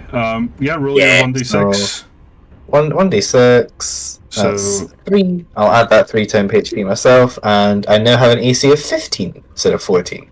Alright. This is for the next minute, I believe. Alright, so probably throughout the rest of the combat. Yeah. It implies a visual transformation, so I imagine Corda's fur gets more sort of rugged and more bestial. Ooh. Furry mommy. Yep. Okay. I just want Emma to get enlarge reduce so we can cast it on Corda. No! Oh, do you not think I was already going to convince you guys when we reached 5th level that you're going to take that? In fact, Enlarge Reduce is a 2nd level spell. You guys are taking that next level. Hey, only wizards and sorcerers get access to it naturally, though. I'm about to say, I can't help you with that. Warlocks might actually have access to it because that is. You're gonna have to teach Enna how to do that spell because she's never really. She's not used to combat. She's worked in a tavern her whole fucking life. Her 2 favorite spells are Mage Hand and Prestidigitation. To be That fair, would be so seeing lovely. Corda actually get, essentially cast that spell on herself by raging, that could help you, The understand inspiration. Yeah, exactly. the spell. That's so lovely. That's nice. That's really cool. I like that. Anyway, that's my turn done. Yes, so, we are going to, so I have disadvantage on my attacks against you, that's, yeah? Me? I don't think so. Oh no, it's What is that? +2 to AC, or no, +1 to AC. Yes. Yeah. So I have a +1 to AC, and Okay, so I'm a cool 17 will motherfucker. hit So then. bollocks. And I was that gonna say is- I'm a cool motherfucker, so you get a -1 billion to all your attack rolls. so that is 5 damage. That's already halved. Okay. And a second hit does go through as well, and is another 4 damage on you. Okay. At what point in the percentage do we say we're bloodied? When you're half. Okay, I'm bloodied. Okay. Yeah, Corda's looking peachy. She's got a couple of battle scars going on right now, but she's still going strong. She's still raging. Flared teeth, flared nostrils. Yeah, the Bolgur is basically like trying to like size up to you as well, like you're it's like King Kong versus Godzilla shit going on right now. As you like grapple each other and like punch each other. Old like Godzilla was first, hopping around Tokyo City like a big playground. This is Shaquille O'Neal in a fursuit going up against a monkey. I'm sorry. Did the creature take their damage from being in the movie? No, they have not. Good point. Thank you for reminding me. That's enough to kill them. Imagine. That would be fun. Hits me once. 8 damage Fucking maximum. dies. I'm guessing that they need a little more than that. Fucking dies. They succeeded to save that time. Right? With So a... they take just 4 damage then. Oh, so they still take damage. God damn it. Half damage, I imagine? I believe so. That's fine. Half of that's what I'm saying. Let us scroll back up and see. Hold on, I will be researching. no, it's fine. We'll push forward. But It's 4 damage, yeah. Yeah, half on a success. and that is his turn. So Anna, you are you've cast Bless, and now you see Sigurd getting ganged up on, and you see you see Corda getting pummeled quite badly here, to the point that she is visibly bloodied. Sigurd, how much health are you at? I'm at 13, but I'm also a paladin, so Okay. Well, don't worry about me. Help Corda. yeah, no. Enna seeing Corda all of a sudden just get bitch slapped by this thing, she's immediately going to rush over to her, and I guess kind of like place both of her hands on Corda's ankle, and she is going to Wind spell Cure Wounds on her. Ooh, okay. Oh, So who's the there's second picture? 1. So that's 1d8 plus 3. That's 10. And there's another 4. So Corda gets healed up for 14. Are you allowed to target the same creature with twin spell? Am I? That's Target how we si- rolled it. That's how we rolled it in the solo session when I twin spelled Magic Missile. If we're not allowed, I understand. We will keep it for It's, now. it's D's ruling. Yeah, up to D. we'll keep it. Okay. We'll keep Alright. it until it does something that I really don't like. Until it becomes abusable. Yeah, until you can. Yeah. Don't worry, you'll be fine unless we get to twin spell inflict wounds. I see. Quick you. Spell haste on yourself. Just be glad that she's just be glad she's a healer. Twin spell powered kill. Anyway, yeah. Listen twice. Yeah, you see Corda like she some of the blood and the cuts and the wounds seem to like sort of recess and lessen a little bit against her fur. She's still very much pumping full of adrenaline right now, so you don't see much in her like focus change, but you know it's definitely alleviated some of the pressure for her. Very cool. Very cool. Okay. Anything else? Yes, and then after, I guess also just while it's in my head for future reference, would you allow me to twin spell something, cast on one person, and then run over to cast it on someone else, or would I not be able to move in between?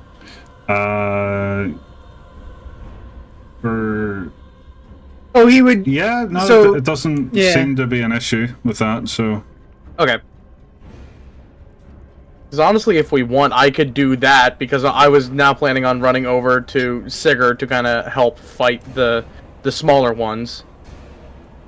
that's okay. Does that mean you're undoing what you've done, or what are you doing? I guess it ultimately comes down to you, because the I think first it'd roll be- was a 10, which is good. And if you're rolling, you can't target the same creature. Then I'll just run over, since you're allowing movement in between twin spell. Sure. Okay. If you want to do that, that's okay. All right. So then, yeah, Anna will channel her power, kind of slap Corda on the back of the ankle, rush over to Sigurd, pat him on the back, and just say, "Let's finish this." Okay, so to clarify, that's 10 HP recovered, not 14. Yes. Yes. Since that's amended we're that. gonna I have to roll twin will spell now. reduce. I will I reduce amended that. it for you. Don't worry. Oh, you amended it? Okay, Yeah. thank you. Not gonna gut myself like that. Thank you, D. No worries. No at all. Okay, we will go forward to Sigurd now. Okay, so Sigurd, seeing Enna, kind of rebolsters him, and he's like, "Thank you." And then he takes out his cleaver and goes to cleave the one he already hurt in the head. 16. Yeah, that is a hit.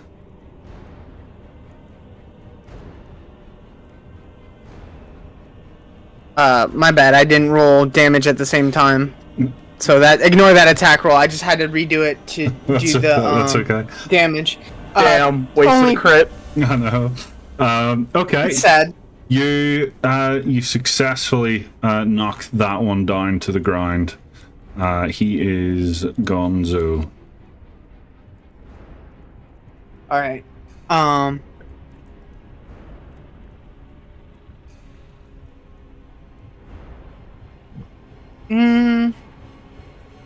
Just for flavor's sake, I guess. I'm also going to cast Compelled Duel on the one in front of me. Oh, okay. Cool. So he'll make a wisdom save. Wait, does he make it at the start? Yes. So wisdom save.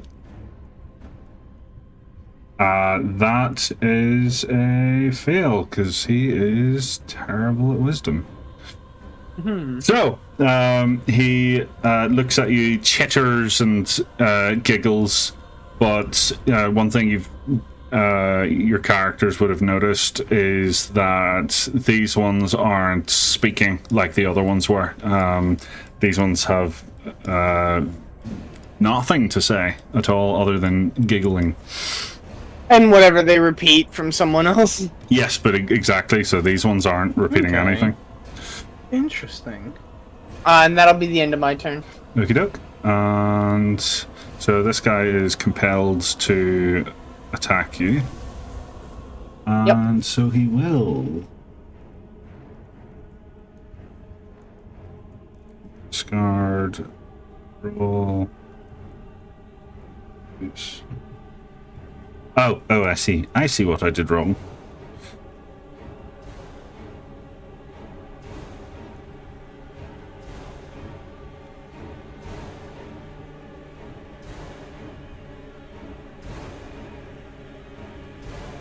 Oh, sorry, something's gone wrong here. I can't actually attack for some reason, so I'm just gonna roll a d20. Okay, that was a crit. So he That's not my day today. That's all I have to say. okay, so that is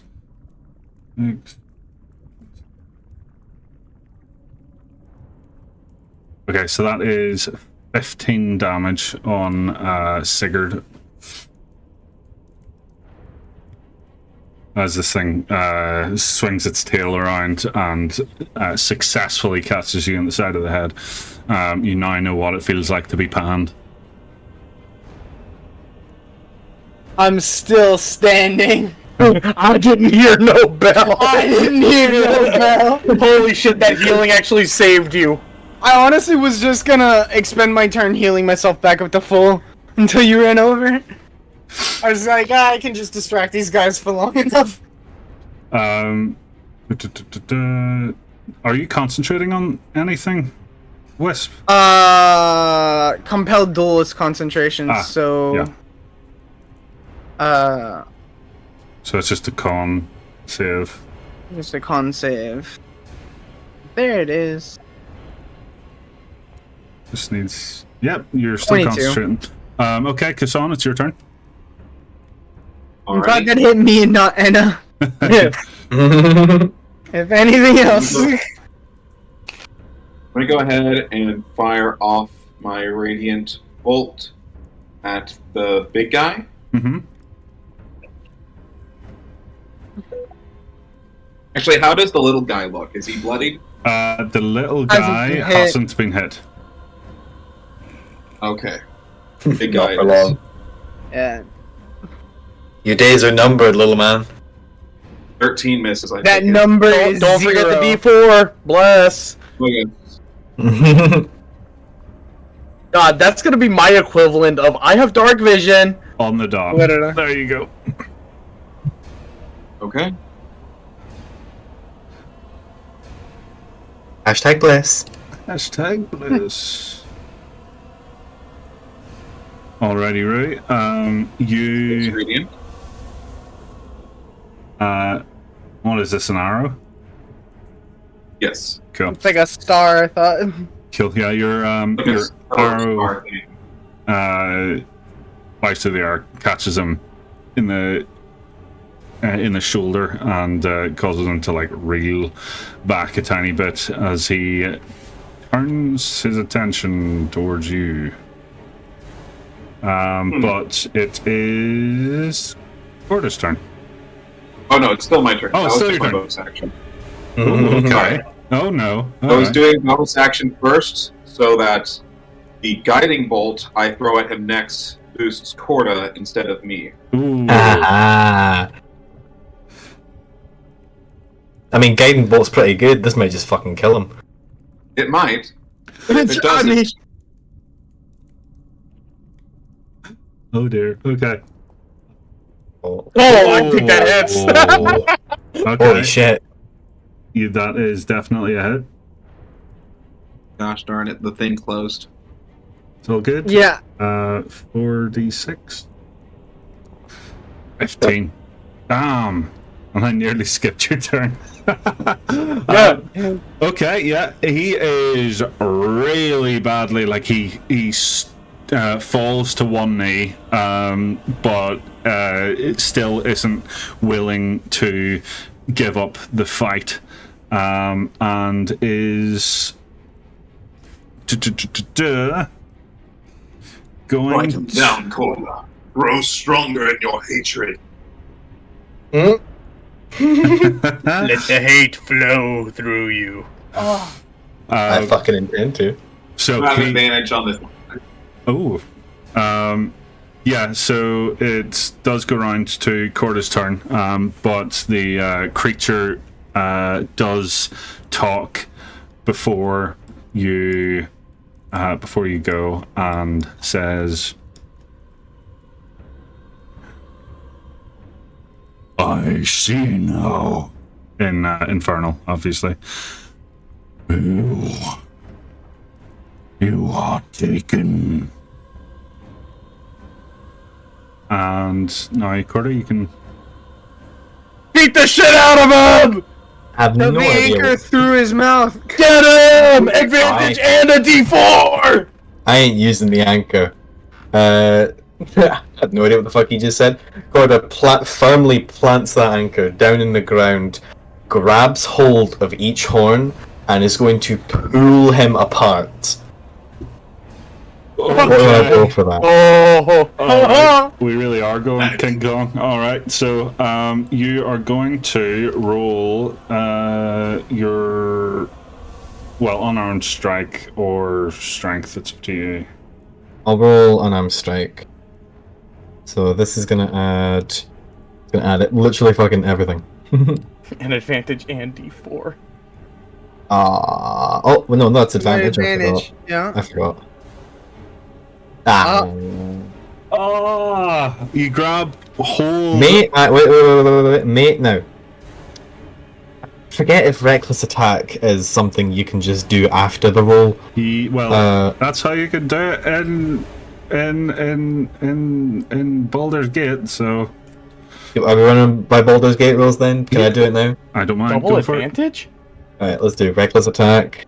Third time's a fucking charm. 14? No. Oh. I hate myself.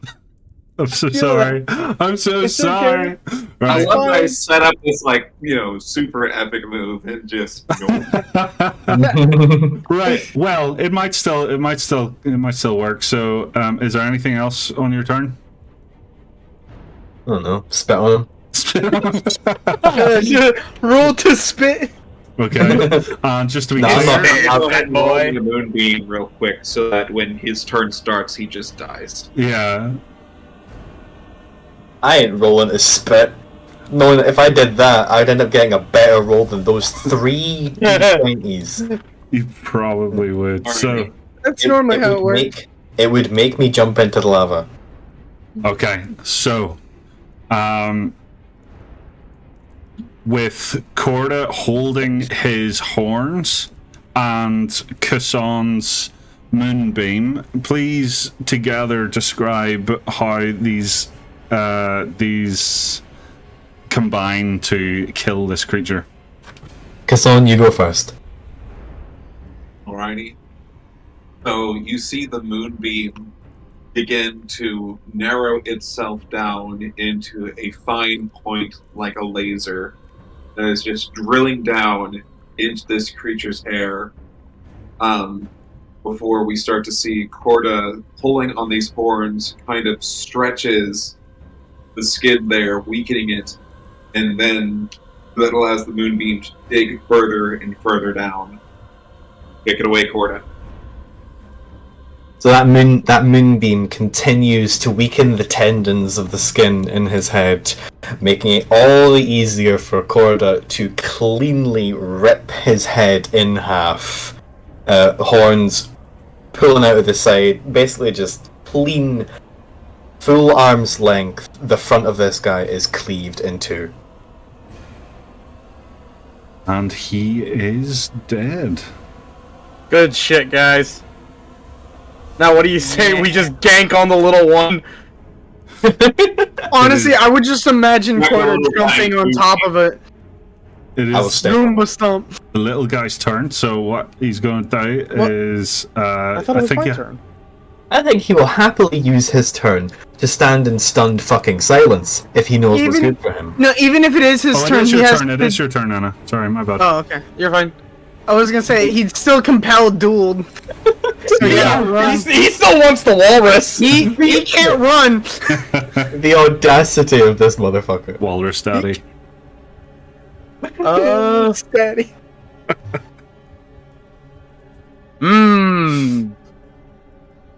I did not think my turn through. What do you mean? I don't know what I'm gonna do now. Him? If that big thing didn't die to the moonbeam, I was gonna magic missile it because that thing's compelled duel, and I don't want to It's end not your a little spell. dude. I mean, you can still hit it with magic missile. Dude, I the know. boss- The boss is dead. It's one minion. I don't You know think what? it's a big brain. You know what? Fuck it. Second spell, magic missile. Yeah. So there's 4 of these things now. You fucking kidding me? Chopping baby versus hydrogen bomb. 8 damage. That's it. That's not bad. Okay. I still find that so funny. is him bloodied anyway, and then it moves round to Sigurd to finish him off. If I don't finish him off, I'm gonna die.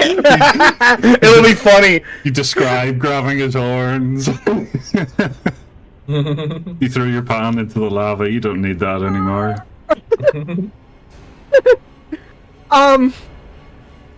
You got 2 weapon fighting.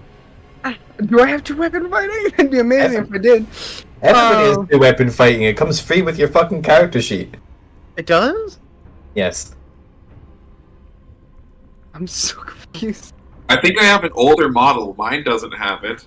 I have 13 to hit We're him. still playing. We're still Yeah, playing the 4th 13 edition. hits the small guy. Thank goodness.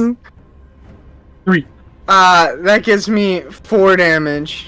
And he, in an attempt to try and like pull himself away from this spell that you've cast on him, you can tell he's like inching back, trying to get into the lava towards the portal, and you take your cast iron skillet and bonk Bash him. his skull in. I like to imagine I flashbanged him with magic missile. Yeah, he's disoriented. His head's caved in as he stumbles back dead and falls into the lava. And you have defeated Zormadon the Balgora. Zormadon. Okay.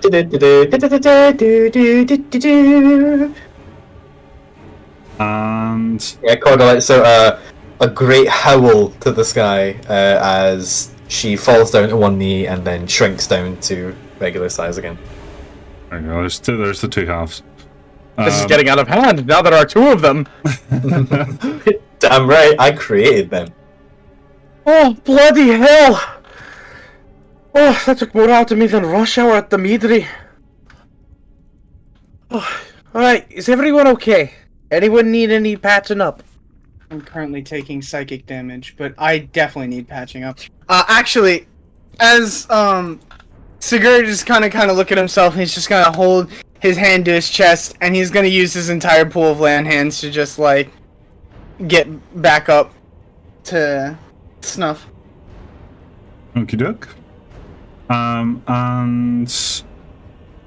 I just realized, yeah. the bless effect stacked with Corda getting big, but it's still there now that she's small, so she's like a nuclear bomb. Radioactive. Remove Coughing, these for now. coughing baby versus coughing baby. Okay, so as you kill the Bulgura and his minions, you see the hellhole beginning to shrink and close.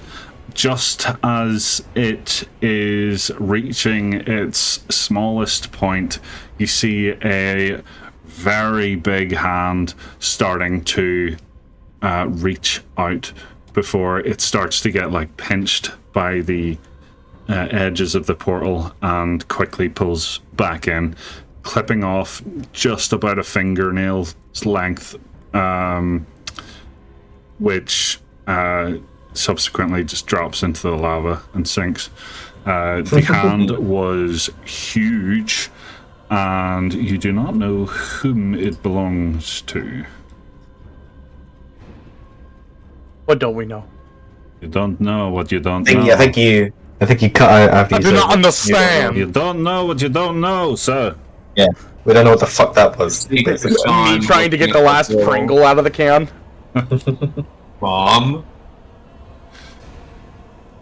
And while we're here, so in your party inventory.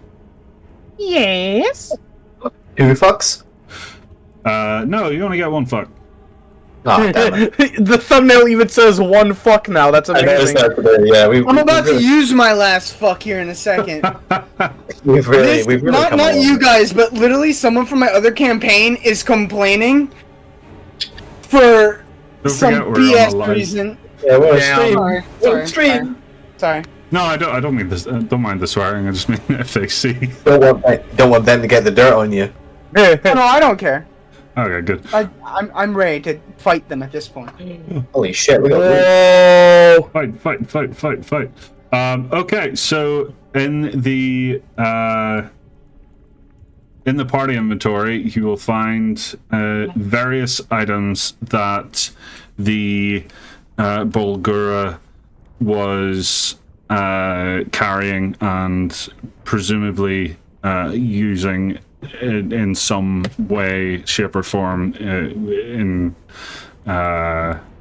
while attempting to control this portal.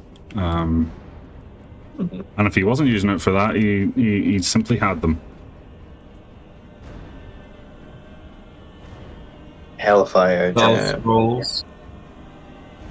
I think we should give that Armonite strength to Corda.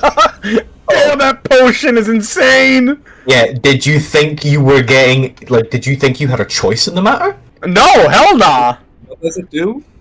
It When you increases drink your the potion, strength score to 26 or 23 23. for an hour. When you drink this potion, your strength score changes to 23 for 1 hour. For that duration, any melee attack you make deals an extra 1d4 lightning or 1d4 fire damage, your choice. The potion provides no strength buff if your strength is equal to or greater than the score, aka if you're a level 20 barb, this ain't shit. Unless you're a level 20, until you're a level 20 barb, this is the shit. That's Corda's, 100%. And yeah, you can. Fucking mine. I'm pretty sure you can just drag them into your own inventories. Okay, let's see if it works with the new character sheets. Blah blah blah blah blah blah blah. Oh, I dragged it into my features. Whoops. Oh, I got it. I got it. Cool. And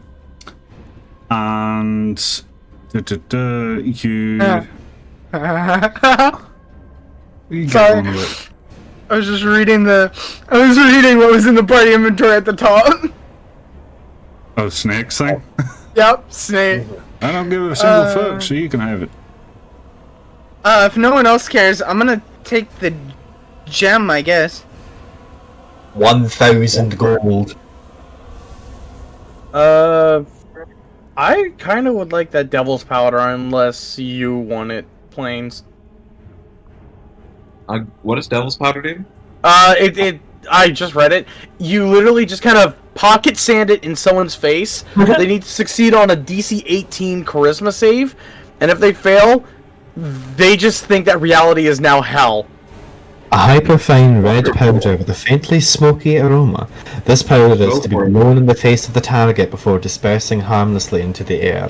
The target has to make a DC 18 charisma saving throw. On a failed save, the target experiences an altered version of reality, where it perceives the world as a hellscape inhabited by foul creatures and becomes extremely vulnerable to intimidation, aggressive forms of persuasion, and deception for 1 hour.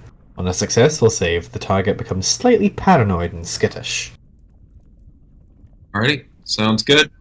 I'll You take blow the that spell powder, scroll of Magic Missile, as I will likely, if we were trying to go and, not Magic Missile, Magic Circle, as if we were trying to ensnare a summoned entity, I would probably be the second caster since I can't drop concentration very easily with my dragon form. Okay. Do you want me to drag that in for you? If you would, please. I tried to, and it wasn't really working. That's okay. And then I I am guess not we aware just you're leave... on a Mac, so I will do what I guess we can. just leave continual flame for death then. Yeah. I mean, I guess it Let's makes sense take for the him. Continual flame. Yeah. Liquid flame gets continual flame. It checks out. And with that, you have discovered and defeated the source of the hell attack on Öskular, and we will pick up next time. Last thing I want to ask, how big is the horn on this thing? The horns are, I don't know, about an arm's length. Ain't no thing. Say, Corda, how would you like a fancy new drinking horn? Nah, I'm alright.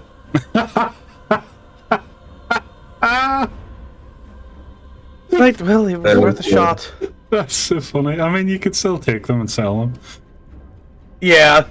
That I was planning on making it a cool little trinket for the barbarian and the fucking the druid that sliced this thing in half. And Corda's just, nah, I'm good. What if... I mean, we could use it not as a drinking horn. We could use it as a container of liquid. Like for making alchemist's fire. You really like that alchemist fire, don't you, Corda? I like this fire. Well, I mean, she was drinking Hellfire whiskey the other night. It reminds me of somebody on my crew. What, the whiskey? No. Bless their soul. Mm.